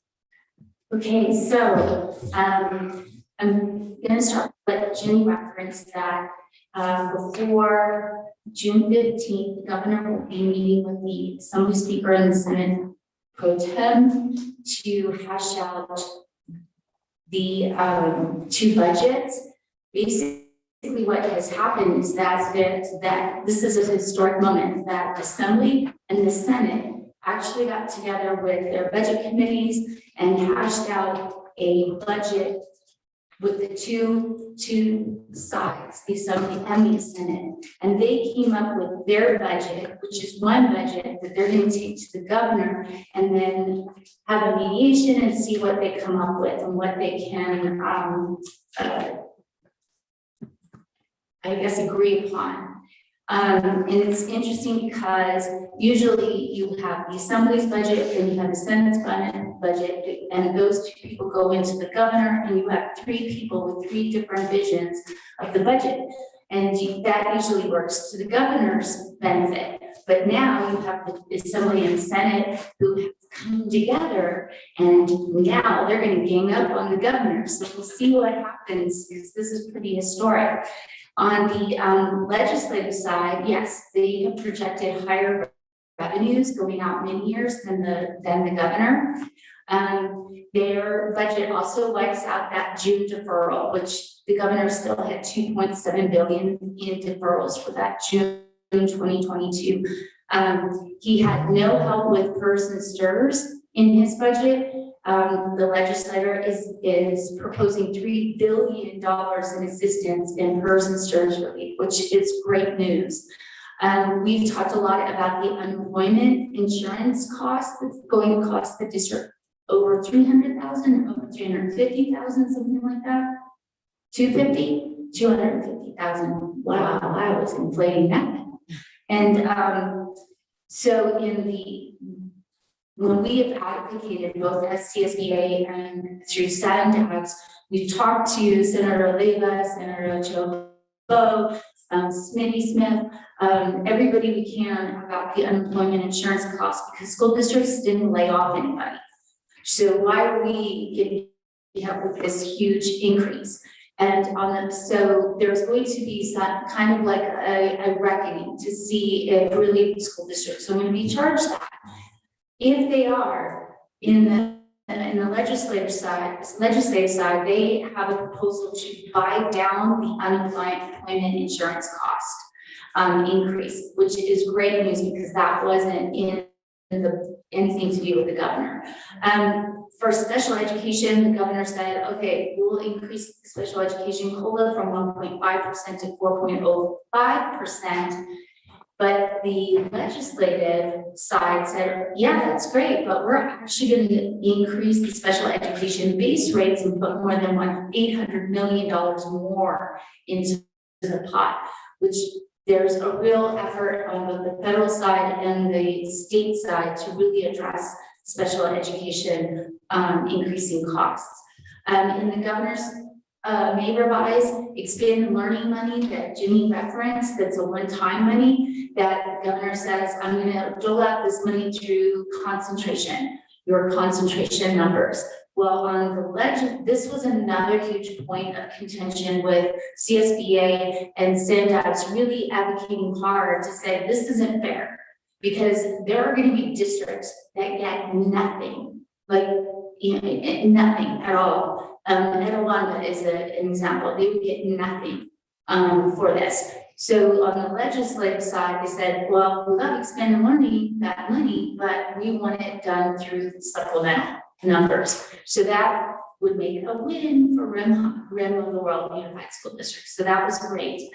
And then another big thing was the TK transition. The legislative side wants that transition,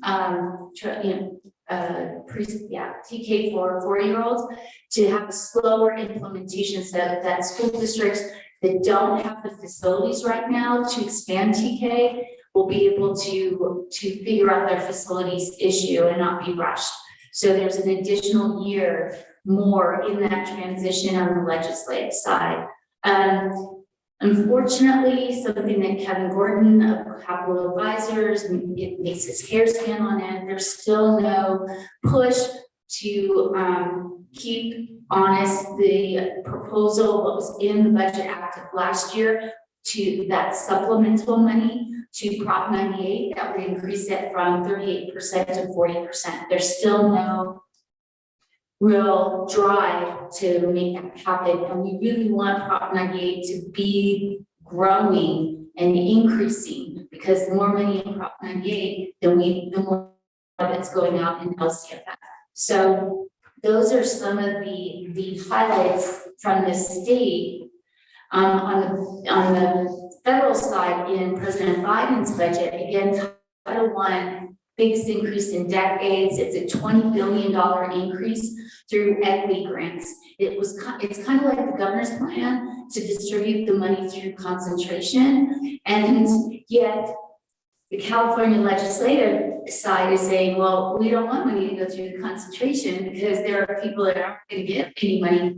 So it's going to be interesting to see how that's all rectified if the president's budget goes through as is. Of course, school infrastructure, 50% would be just in real dollars for your infrastructure needs. 50% would be buying down on bonds that school districts have. And of course, universal preschool, the president wants universal preschool for all 3 and 4-year-olds, whereas the governor's plan is 4-year-olds. Special education has a $2.7 million increase, which is the biggest increase in over a decade. And this does actually have bipartisan support. There are Republicans that are very much on board with this, as well as Democrats. So that might actually get there to the finish line. And of course, there's money for counselors and nurses to address the student wellness part. So those are some of the highlights on that end. And I want to mention, because we talked about housing up here, I went to the Lake Arrowhead Municipal Advisory Committee, and the lady from the short-term rentals code enforcement office, she spoke at length, and there was a huge discussion on short-term rentals because they are increasing throughout our communities, and there is concern. How does this change the look, the feel, the makeup of our mountain communities? And it was recognized by the lady from the Board of Realtors that the increase in vacation homes that have been purchased in the last several years, especially during the time of COVID, and purchase of short-term rentals is going to change our community. No doubt about it. And we all just need to get used to the idea that our community will be changing because of these driving forces. And so one concern brought up by a PTA person, and he intends to, George Whitty, who intends to go to the supervisors meeting that's coming up, I think it's June 22nd, is it? At 10 a.m. The conversation on short-term rentals, he is going to bring up the fact that this change is detrimental to the school district, to the health of the school district, because if more and more homes become vacation homes and short-term rentals, that is going to have a severe negative impact on our enrollment. So he's going to bring that up as they discuss, do they want to change the intensity of short-term rentals, which was an interesting term, and what that means that if you can't take a home and turn every single room into a hotel room, thereby having 20 people being in basically a house for 10. And the other discussion is, do we look at density? How many short-term rentals in an area? Those are some of the two hot focuses in the arguments of trying to grasp the short-term rental issue. So that was an interesting discussion. So just a heads up, as we discuss decline in enrollment, to put that in the back of our head. In terms of legislative, You could share the number that I shared in my update. 1,600. Well, I think there's 1,200 short-term rentals between Crestline and Green Mountain Lake. Right, it's something like a 16% increase, something huge. And the county supervisor gave me just the number, I don't know about the increase. So then with the state legislative proposals, there's two AB 14 and AB and SB 4 that are about broadband. Well, actually, California Advanced Services Fund, or CASF. One is broadband services, which wants to eliminate the sunset of the CASF because they want the service to continue to make the modifications to the program, including redefining unserved households and prioritizing grants disbursements. Broadband, because of COVID, of course, has become a hot topic. The most concerning one, not concerning, but the one that Sandabs is watching right now is AB 104. It's the one in regards to retention and grades. And basically, this bill requires local educational agencies, upon receiving a request, to offer the parent a consultation regarding whether a pupil should be retained, creates a process for parents to request that students receive a pass or no pass instead of a letter grade in the 2021 academic year, and requires that specified institutions of higher education accept a pass for credit admissions purposes, and requires that students who were in their third or fourth year of high school in 2021 and who are not on track to graduate in the 2021 or 21-22 school year be exempted from local graduation requirements and be given the opportunity to complete the coursework required for graduation. This has so many problems attached to it. And until those problems are rectified, one of them being the huge pass, no pass, and waiving graduation requirements, be exempted from them. Those are huge issues that not everybody's on board with, to say the least. And so that one is definitely to be watched, because that has a lot of impact on our students in our district, and just interesting. And then on the federal legislative proposals, there's one on Senate Bill 1530 by Senator Bernie Sanders. It's a universal school meals program act, which means basically every kid, no matter what their poverty or their income level, can eat breakfast or lunch, or if you serve dinner. End of story. After school, summer meals and snacks as well. Everything is free. And that the matching bill in the House is bill number 3115. The same thing. So Universal School Meals Act is also big push to have every kid fed that wants to be fed and needs to be fed. In regards to the Sandabs, I'm on the Strategic Direction Committee, and they had their meeting yesterday as well. Some of the highlights, we're going to continue with our contract with Capital Advisors, which has been great. They've been so incredible in setting up Zoom meetings with our state legislators. We're going to continue those meetings, those one-on-ones, like with Senator Leyva, but expand out to include everybody. We're just going for it. And then also setting up Zoom meetings with our federal legislators as well, because we didn't have any opportunity to meet with our federal legislators. We intend to travel to Washington, D.C. next year to meet, hopefully in person, with our legislators out there. We've been trying to do that last year and this year, and it just didn't work because of COVID. And the biggest thing that we are so proud of is we've aligned our Sandabs legislative platform with the SELPA state platform, so they match, so that we're not at odds with each other, and we're able to message the same thing in regards to our special education students and the services that they need. We do want to continue making sure that we push out, meaning that we have school boards that talk about advocacy, that talk knowledgeably about the most pressing issues, like the late start bill that we're now exempt from, and that you press hard for it and you use every single tool in your arsenal. CSBA, Legislative Week, you're meeting personally with your legislators and elected officials, and through Sandabs.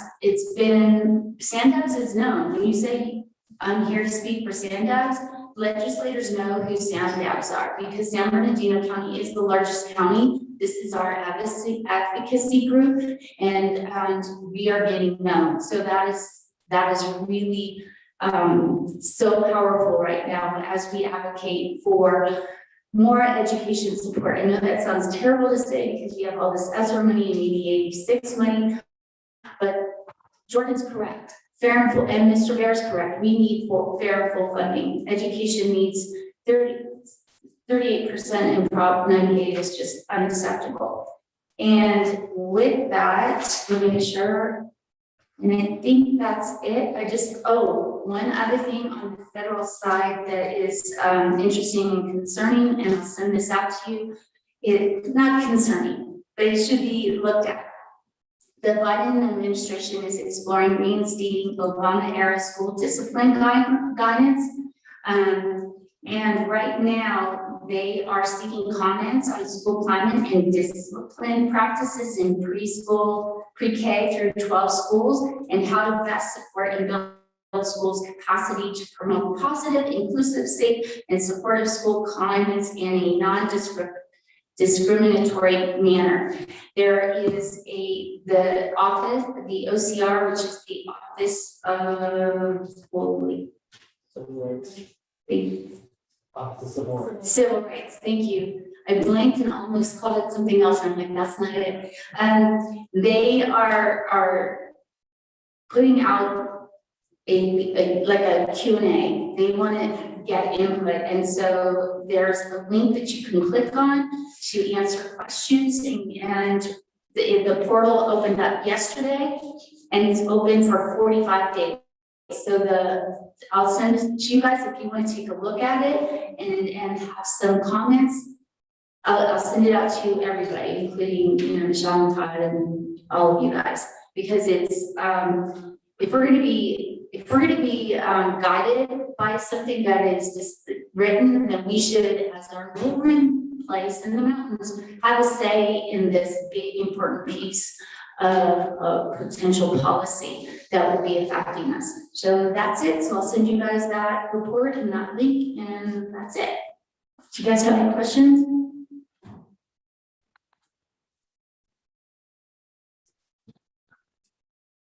Thank you. Doesn't look like there's any questions. Thanks, Cindy. A lot of information. There's a lot going on. Thank you. Okay. 10.3 Governance Handbook check-in. Trustees, everybody has in their little vanilla folder our governance handbook. It's a chance for us to look through it, see, be reminded of everything in there, and discuss any kind of potential revisions or additions, or just a check-in. Just a check-in? Okay.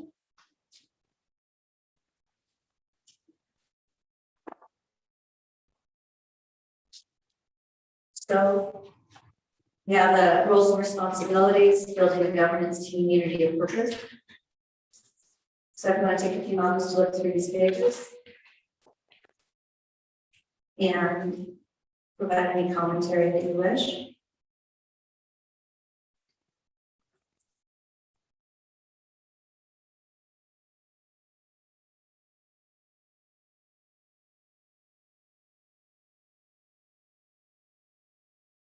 I think that we just need to watch how if they extend the Brown Act, loosening of the Brown Act a little bit, if they're extending that, since they did it for us to be able to meet via Zoom and all of that, if that's going to actually get approved. So that's my own thing to make sure that we keep on top of.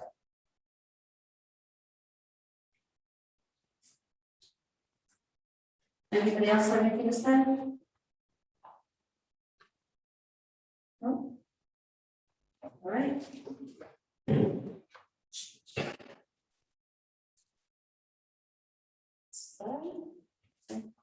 So moving on, 10.4, planning for the July board retreat. This is the trustees as well, as far as discussing. Connie provided me for the meeting some things that we've discussed in prior board meetings to include in the board retreat, and also I put some notes together as well that you guys might have too. So what Connie provided to me based on our prior discussions was focusing on social emotional learning, technology, community engagement, and strategies to increase enrollment. Shall I repeat those, or you guys good?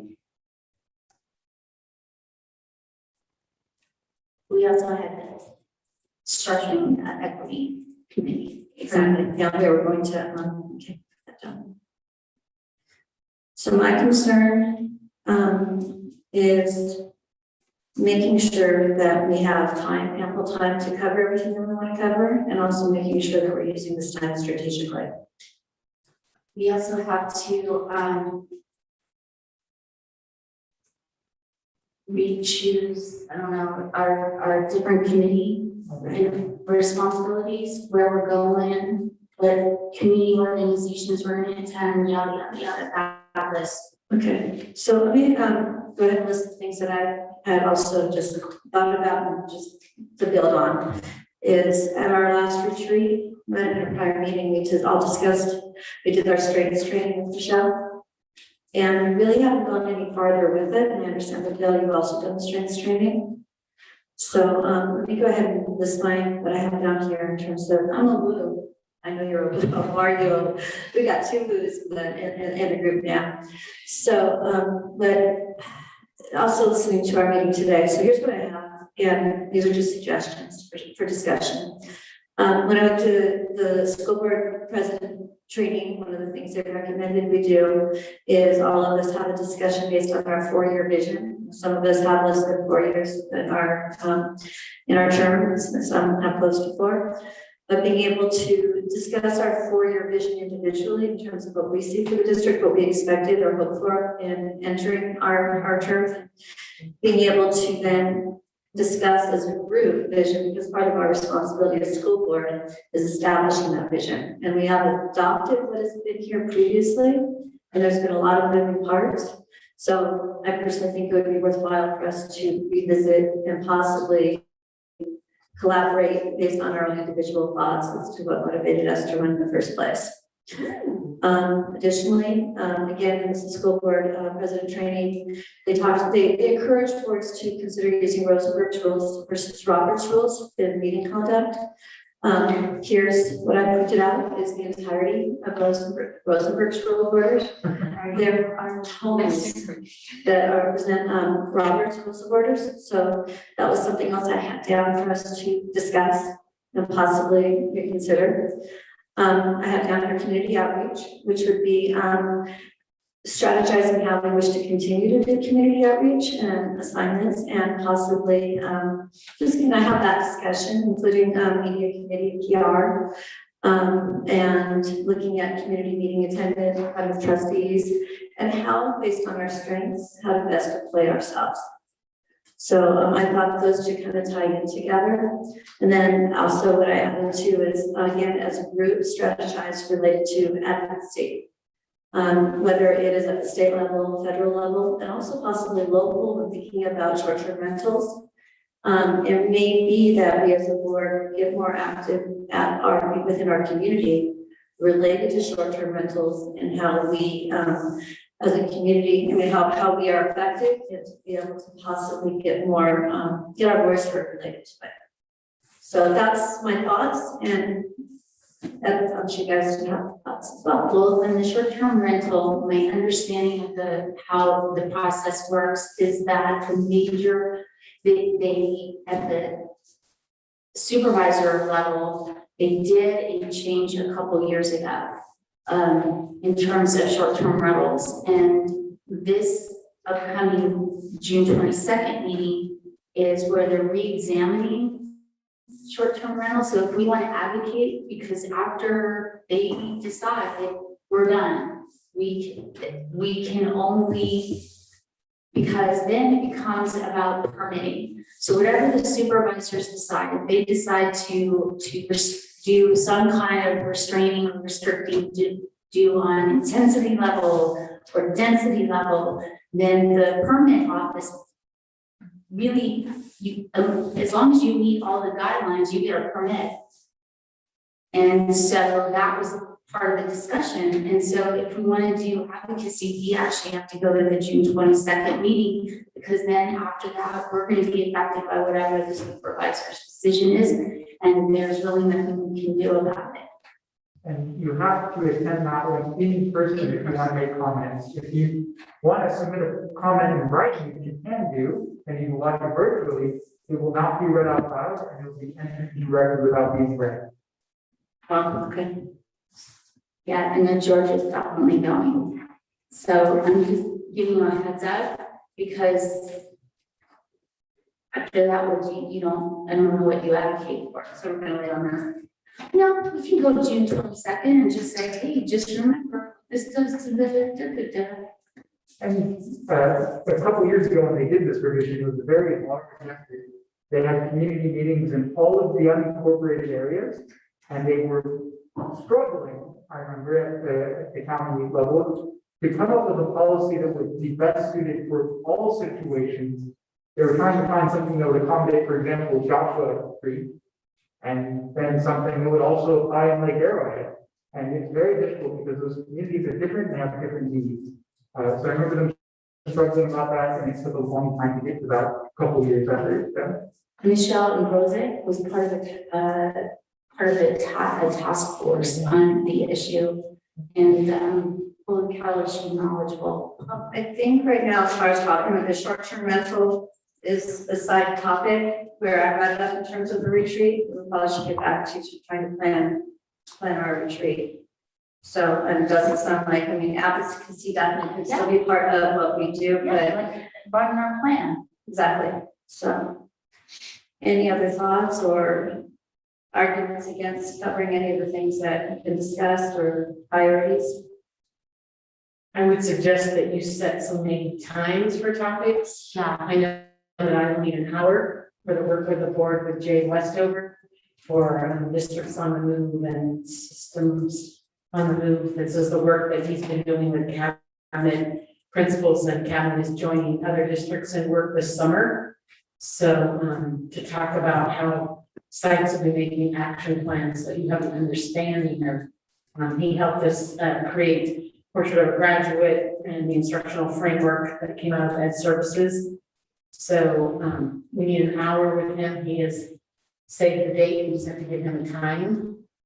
So I would suggest that We start prioritizing because there's a lot of topics here for one day. Yeah. So prioritizing, maybe setting time limits, that the equity committee needs to be a separate agenda.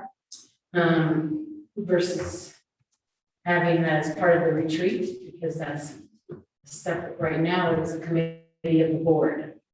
So we need to be a separate agenda as we've done in the past. on the same day. Yes, Okay. so we plan lunch. So How long is that scheduled for then? 9 AM to, How many days is it? Exactly. It's 9 to. I think last year was 93 or 4. I think it was until 4 last time. Yeah. So, Okay, so we have the separate meeting for equity, it's a separate agenda. so how long, and because those are, so right now, things that definitely have to happen that day is the districts on the move. And then the equity committee, how much time should be allocated to the equity committee meeting? well, looking at that agenda, we talked about 3 things that need to probably be on that agenda. So this is me planning ahead, brainstorming. So we talked about committee structure. We talked about the 3 of us sharing what we've learned from CSBA, equity training. And then the next steps or planning for the next steps for that committee, so that there's at least 3 things on that agenda that I can think of off the top of my head. So I think I would say probably 2 hours. you're the chair. Well, I could easily see us taking a couple hours on that, because we also need to look at a statement. Even if we're just summarizing, even if we're just starting to prepare points for that statement. Playing the groundwork for state. So, I mean, that's, if we say that that's 2 and Jay is 1 and break for lunch. So that's the half. I do think that tying all this stuff together with, committee responsibilities and community outreach and making sure that, you know, who's switching what committees and who's on what. That's really important, because I think that's a key step to the increase, that we've had in positivity, along with the increase we've had with community getting, their news from the source. So I think that that has had a really positive impact on the community, all the work that you're doing on the community outreach and all the things that you guys are committed to. So, So I'm just throwing it out there. So in terms of community engagement and outreach and assigning, and each of us assigning ourselves to the various committee and community organizations, what do you think, Jordana? An hour? It doesn't take that much time. I don't think it would take that long. Because I don't know how much of a conversation you want to have in terms of outreach, or do you want to just keep it to, we're gonna choose our organizations and committees? Well, I guess what I would envision is us being able, because I think this is, like Michelle said, it's critical. It could be as simple as, all right, I'll do this one, you do that one. Right, but I think I want more than that. I do want more than that, because I believe that we have a really diverse set of skill sets that if we were to be, again, more strategic, we can divide and conquer more effectively. I think we've been highly effective. But being able to take a look at what our different areas of expertise are and partition out those tasks based on what we're best at. So do you think an hour? Can we? Well, it depends on whether, yeah, I'd say an hour. However, it's a matter of like incorporating in that, do we wish to talk about vision or strengths, or just leave it as community outreach? Let's leave it as community outreach so that we can really focus in on what we're talking about in terms of outreach and engagement. The 4-year vision, I think it can incorporate that, but I think that that's kind of separate. But in terms of the other things like social emotional learning, technology, increased enrollment, the 4-year vision and advocacy, can some of these things be rolled into, like the advocacy conversation maybe can be rolled into the legislative report to the board, and we can extend it to legislative and advocacy discussion. Do you know what I'm saying? Is can we double dip in order to relieve some of the time for retreat? That's all I'm saying. Just the thought. So I know, Bill, increased enrollment was something, right, that you really wanted to have a conversation, and I don't want to forget that. Well, that's where I was thinking of being part of community outreach is actually, again, being strategic about it and being able to determine how are we getting our message out. And really, it is a matter of being able to have better PR in the district and reaching. And outside of the district. Exactly. Reaching outside of the district is the most important.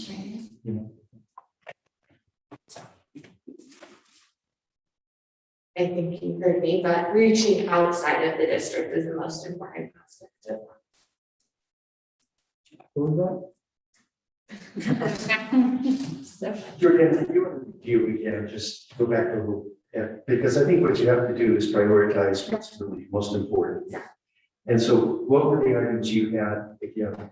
What I had down was having our strengths discussion, having a discussion regarding vision as a collective, as a collective, having us each discuss what we believe, what drove us to run for board and what our vision is for the district, so that we can kind of develop a cohesive vision. And then Rosenberg's rules versus Roberts, then the community outreach component and advocacy, then social emotional learning, technology. I already mentioned community engagement and strategies to increase enrollment.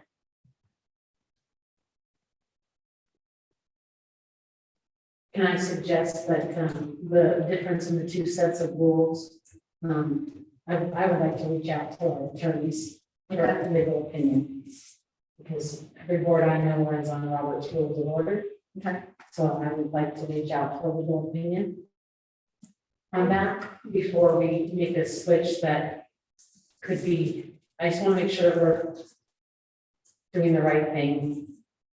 That's good, and that's something actually would probably be an easy agenda item, if we wanted to add to one of our future meetings. I think it would be best for us to focus on the retreat as being a time for us, in essence, to have team building, so to speak. So can you give me that? So, Handout or something? Just this, this is what I'm meeting. and then, Bill, you were talking about prioritizing. So it seems to me that one of the things we've been concerned about has been the social emotional issues for our students and really even for our staff. That seems to be very significant. How are we going to make sure that we're taking care of what a term we might be using now as far as what students have lost or not gained or where they're and then maybe there's just a period of time that we're just talking about the practicalities of how we're working together. So that's about strengths, that's about committee responsibilities, that may even incorporate the rules of order, which one we're going to use. So those are more kind of this administrative, how we're going to do things. But the equity committee stands out to me as a significant thing we put into this, that we need to have that separate agenda for. And so I'm probably laying out what I think is probably a priority just in what I've just described. I don't think we should take a long time, frankly, on rules of order and those various things, how we're going to do that, but I think that can be done in a different meeting after I get legal opinion.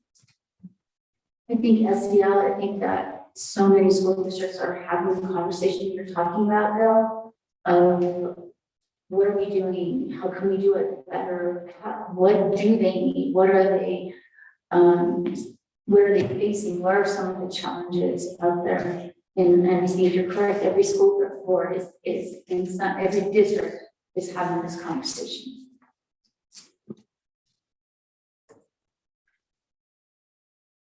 I'm fine with if you're hearing what we're saying, Jordana, with you and Michelle kind of putting together, laying out that, because I would put the most important things first and follow those items that we need to, we know we need to address and we need to address significant time to, and then lay out the rest of the order. So what I'm not hearing, and I'd love to have everybody weigh in, is in terms of discussing vision.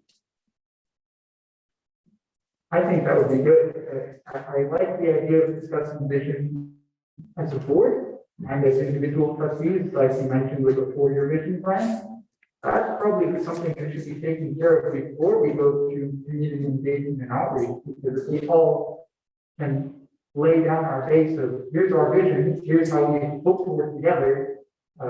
We have to be careful. We distinguish the 4-year vision is for us versus the district, because the mission vision statement for the district is done differently. Correct. It's done through stakeholder Yes. meetings and stuff. So just making sure that we're clear on the language. And that being said, we all can contribute to making a vision that is a unified vision. And so our individual visions are completely irrelevant other than we bring them together to collaborate and agree upon one.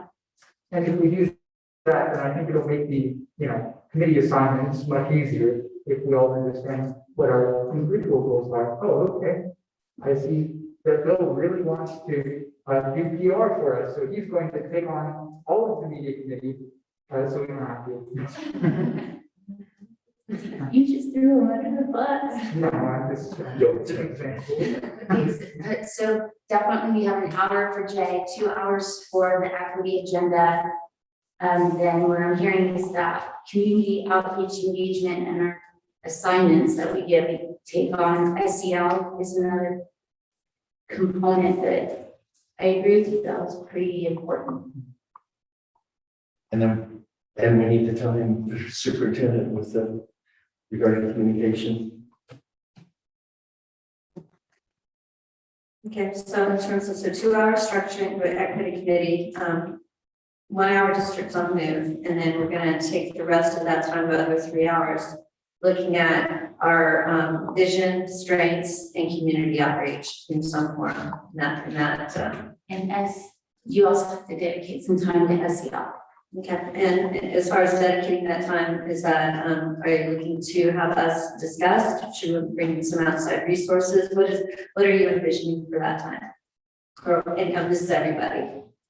Or SEL? Yeah, it's important. I mean, it's definitely, I mean, I think it's something that is gonna be obviously an ongoing, especially critical concern with what we're facing.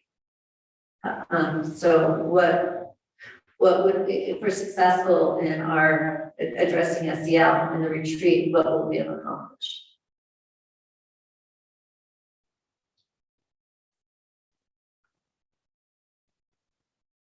I don't know that I got. Well, I think one of the issues are how are we getting that information from students? We obviously say Kelvin, are we taking a look at Kelvin? Are we asking the right questions? Then they're on our surveys. Next, what are in our plans, so to speak? I know that there's PD being put in place to address SEL, right? Professional development, one of those August 5th, 6th. Wellness center, there's, we should look at what currently is in place, what is planned to be in place. And then, because we should be educating ourselves on all of that. And then, I don't know, do you guys want some kind of training? Well, I could see the benefit of hearing from the guidance counselors. I could see the benefit of hearing where are we at with the wellness center. At the ABC. With summer, I don't know that we will have employees that will be able to prepare what you're asking for by then. Because most of them are leaving tomorrow, so, Go ahead, Natalie. Our guidance counselors too. they don't work all summer long. Though I am not a school psychologist, I am a psychologist. So if you pick a topic that you would like me to do a presentation on to educate the whole board on, I'm more than happy to do that. Well, then maybe instead, because you won't have those resources like we were talking about We could plan that on the governance calendar for a workshop. I would like. Why don't we do that? Why don't we take it off the retreat so that it can be comprehensive and give now some time? Well, and to include the on-site school counselors and part of that, I would love to hear presentations from them. We've never had this. And Heather's part of Well, we're our hiring conversation. some currently, so Yeah. they've got some work to do that Heather's planned for them. So I think we need to give them a little bit of time to be hired and a little bit of time to work together and develop the things that they're gonna be developing for our school sites. So, Fair, I mean, again, if you just have general content to be provided to, I definitely have the ability to do that, but I could get a School-specific. simple update about the wellness center from right. the high school administration. And that could come in an update. Right, but I'm saying is that would be part of your conversation in terms of where are we going with this? What are we doing for kids? Or do we have, what kind of resources are we having? We know we're having PD, blah, blah, blah. And what does it mean to, are we reaching out in the best ways possible? I mean, Natalie, in her presentation, would be talking about that stuff. So maybe we could do that.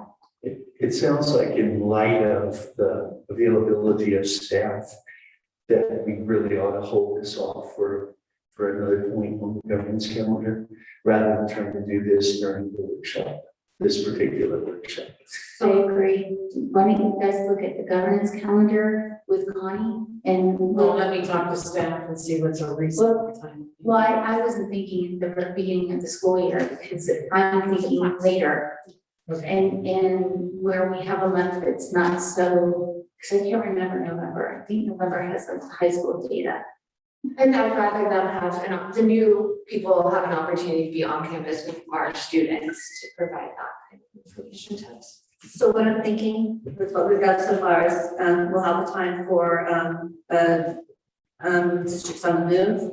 and structuring the equity committee, having time allocated for a separate meeting there. And then from there, basically have a combined discussion that we can structure when we're working on the agenda, looking at strengths, vision, and community outreach. So that means we will have time, then we could do some brainstorming on how to increase enrollment. rather than Yes. Just letting things happen. And that would be, I mean, I think definitely, and I think that fits into, the discussion related to community outreach and the like, and being able to possibly focus our efforts in committee work that makes sense in that direction. I like it. You good with that? I would say 2 thumbs up. How about, you good with that plan? Give me a thumbs up. Quick question on the timeline of that? Yeah. I just want to make sure I have it. I agree overall. Are we thinking we want to start today with the equity committee? Well, you're right. Well, Jay is, oh, you have to give him time. Why don't we do before lunch, equity committee and Jay, So that would be 9 to 11, let's say, 2 hours. and then 11 to 12. Jay, that's 3 hours. We need 3 hours. So no, 3 hours for equity? No, 1 hour for Jay and 2 hours for equities, 3 hours. I like the idea of starting with Jay. Yeah, I think so too, so that There's this a equity committee doesn't run in days' time. And there's a. If he's available. Yeah, he's scheduled the day because he's waiting for a time. So it's. I like to start. Yeah. So is because this is technically 2 meetings, right? The board retreat and the equity committee meeting. Correct. Are we going to start with the board retreat, break to the equity committee, and then return back to the board retreat? Or maybe we do We the board retreat and do the equity Yes, after lunch. I agree, that's cleaner. Okay, Okay. so we'll take a break for lunch. So like board retreat and lunch and all those things until 1 o'clock. Or and 1 to 3 or. Or 2 to, yeah, or 2 to 4, or 2 to 4, go with the equity. Yes. Okay. You'll be setting all 3 agendas next week, so June 24th board retreat. And the equity committee agenda with Mr. Beal. Okay. We're meeting a new grandbaby. That's fantastic. Okay. So, here, right. Let me just write some notes for a moment.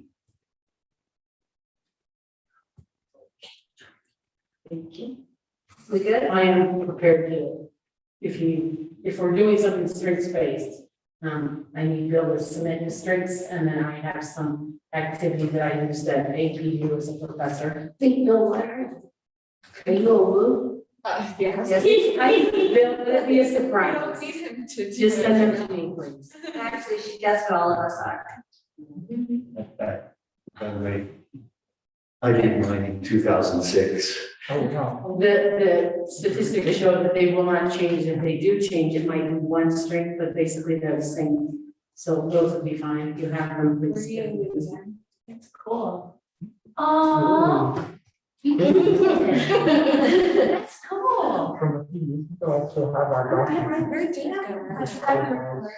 My computer was working, I would have it. Yeah. Well, I know it's somewhere. It's somewhere. Okay. All right, so are we good with closing out our discussion on planning for the July board retreat? Please. Moving on to 11.0, public hearings. 11.1, procedures for public hearings. Public hearings are required on specific items such as LCAP and budgets.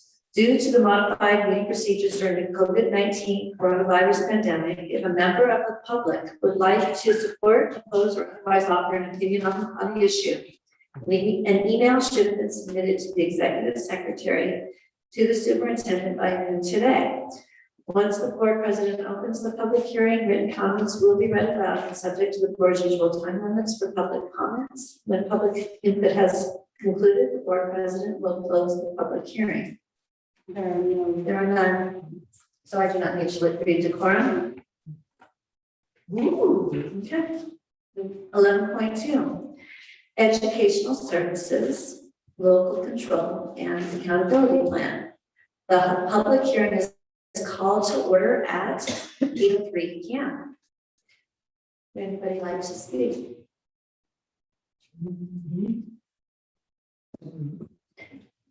I do not believe anybody wishes to speak. So then the public hearing is closed at 8:04 p.m. Ooh, I don't think a whole minute elapsed. 11.3 Business Services 2021-2022 proposed budget. The public hearing is called to order at 8:04 p.m. Any comments? Would anybody like to speak? Thank you, Jenny. Okay, then the public hearing is closed at 8:04 p.m. 12.0 action calendar. 12.1 personnel services approval of the personnel page, fiscal impact budgeted. So moved. Natalie? Seconded. Jordan seconds it. Okay, discussion. Todd, did you like to? Oh, second, I'm sorry. Okay. I'm getting ahead of myself here. Any discussion? I know I'm excited. Okay, then let's go ahead and call for the vote. All in favor? Aye. All opposed? Motion passes unanimously. All right, well, thank you for this great time in approving our personnel page. I am pleased to announce our new school administrator / community liaison position, which has been filled and approved right now by the board for Megan Day. I can have her please come up.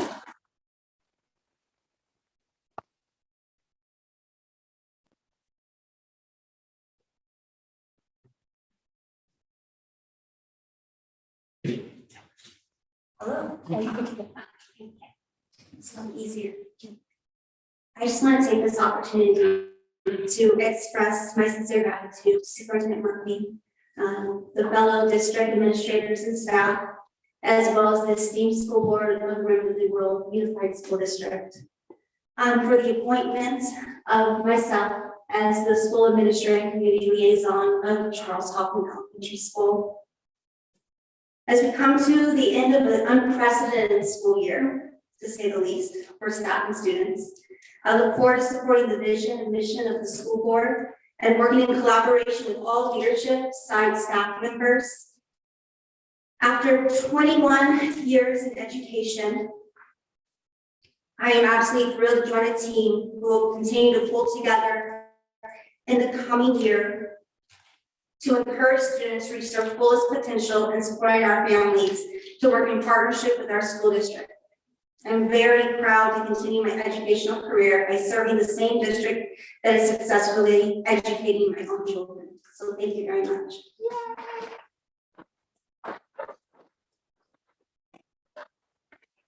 Just real quick, Megan's going to join us for our management retreat tomorrow. So we're looking forward to our first day started. And then on Monday, she'll be meeting with Ms. Humphreys as a transition to the school site. So we're actually very, very excited to have her join our retreat. So thank you.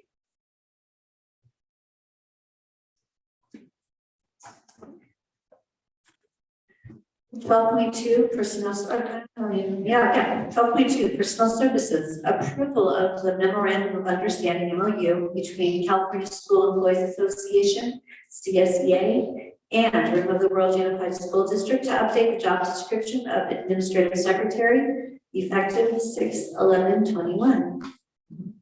Fiscal impact none. So moved. Second, and Natalie, any discussion? I'm calling for the vote. All in favor? Aye. All opposed? Motion passes unanimously. 12.3 personnel services, approval of the memorandum of understanding between California School Employees Association, CSEA, and Rim of the World Unified School District to revise the custodian job description. Fiscal impact none. So, Cindy. Seconded. Jordan, any discussion? Calling for the vote. All in favor? Aye. All opposed? Motion passes unanimously. 12.4 business services, approval to review and discuss the 2021-2022 fund balances above the minimum reserve requirement. Fiscal impact none. So moved. Natalie. Second. Cindy. Discussion. Okay, Jen. So that's part of the document in our folder. in terms of balance and excess of minimum reserve requirements. Do we have to assign these at this meeting? No, this is just for discussion only, and it's really it's part of Ed Code when they adopted new reserve limits for school districts. Right. That this requirement, it used to be, you can see these in the budget report, and you'll be able to see them when we have the final budget on the 24th, which includes the multi-year projections. And the multi-year projections that you already have, you have all these in them. So, but it's just a requirement now that it's a formal discussion. So then we know what's in the assigned restricted on the unrestricted side of the budget. I know that's a counter. So, you know, we have, but and then have an opportunity for discussion.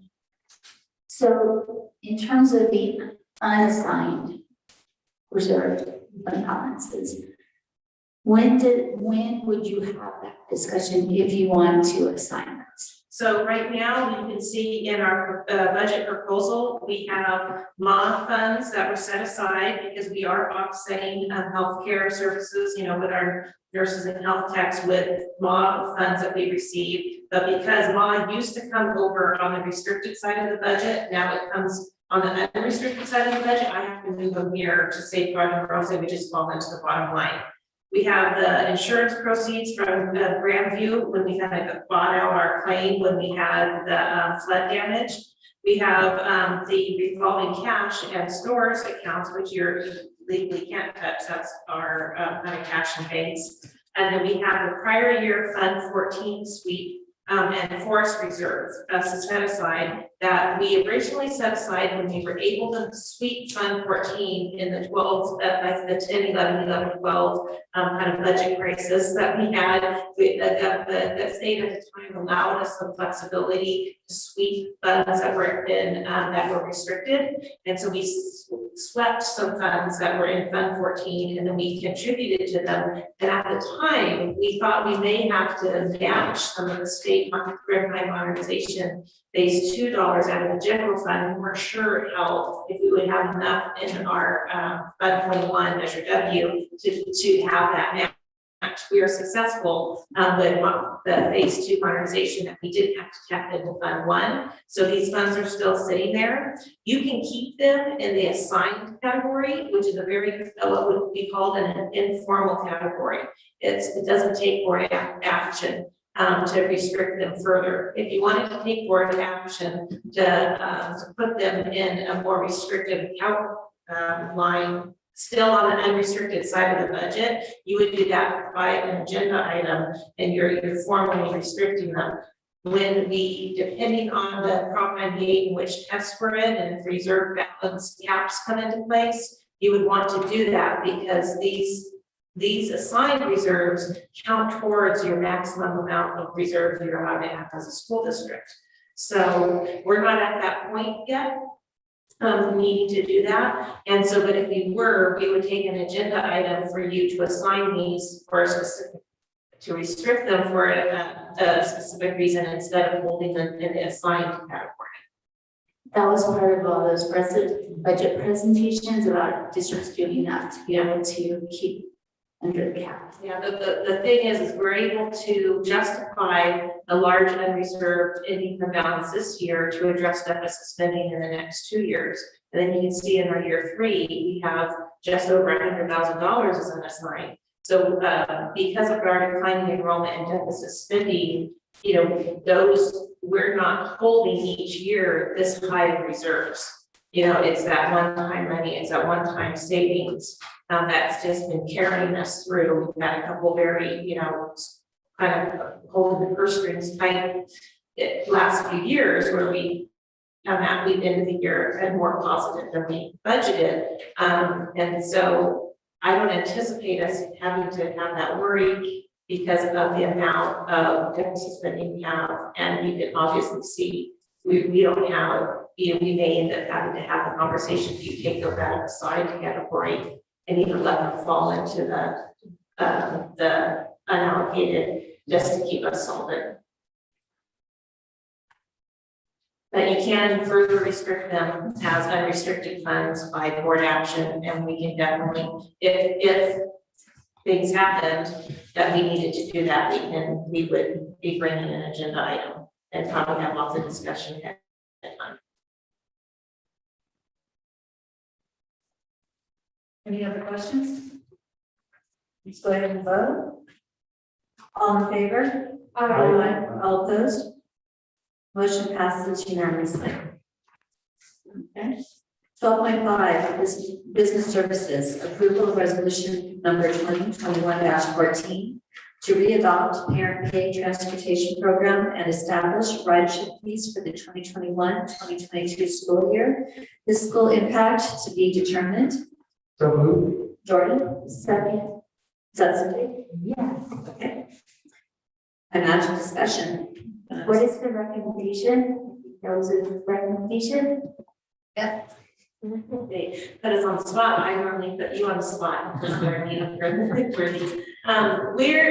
One of the allowable uses of some of our federal and state restricted coronavirus relief funds is to address the barriers to services and to students getting to school and in-person instruction.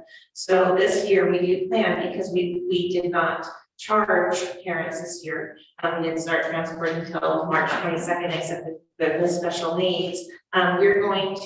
We normally have about 135,000 of parent pay transportation ridership, which goes to offset the deficit that in transportation from how we're funded. And so we're going to offset those costs by that lack of revenue this year with ESSER funds, probably, with those. We'll pick which pot, because you can see it coming in 5, 6, 7, 8 pots. So we can continue that at least one more year and have all parents. Now, we would still require a bus pass, because we need to know who's riding and have the parents agree to code of conduct and our disciplinary rules for riding a bus. And we need to know what stops the student. But we definitely, I would say, if you're looking for a recommendation, recommend that we offset the lost revenue with one of the federal COVID relief funds, and kind of limit one more barrier to give the students services the school they need. And then we may want to, when we have our plan that we take forward in September, see how many years, because the ESSER 3 passes by September 2024. Now, can we even squeeze another year after that or not? Depending on, like we talked in the budget presentation, we're going to try to identify as many items in our budget to offset also. But then at least for 1 year, if not 2, give the parents that relief from buying a bus pass.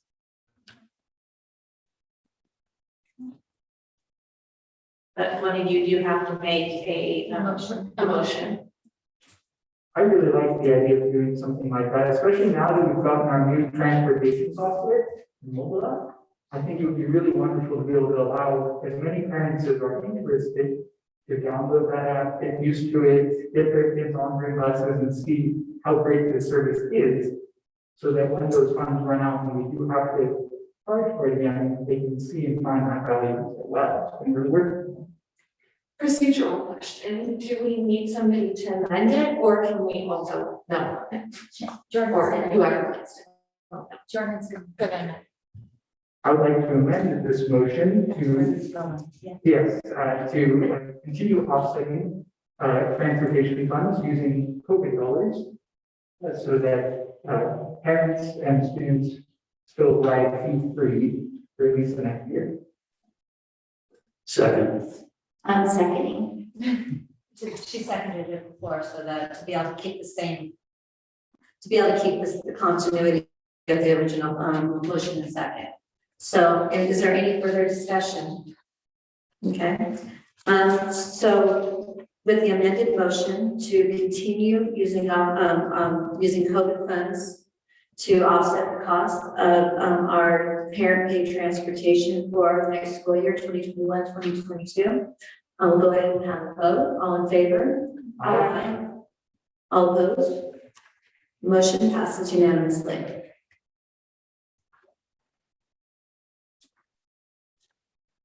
Okay, 13.0 consent calendar. Do you wish to have any, actually,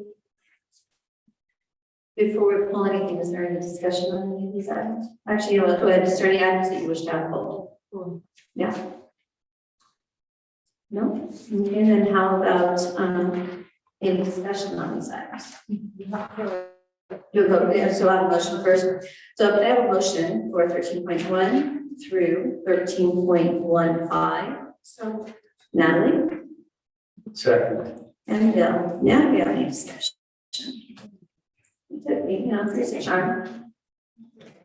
Okay, I do wish to ask Jenny to discuss 1312 business services with our treatment with Harris School Solutions.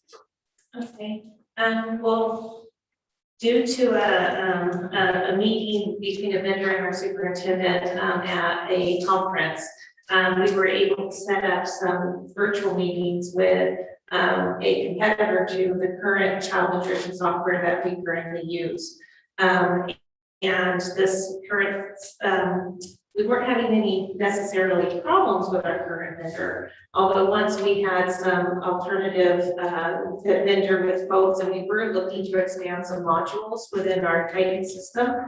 And this new vendor not only probably has had longer a longer running business and longevity in school nutrition than our current software came with very high references. Our supervisor of child nutrition talked to 3 or 4 different school districts who are using them, and they are all one complete package and don't charge per add-on module the way the Titan software does. Although Titan software, we were, it was user friendly and we were happy with it, but it really came down to maybe an all-in-one,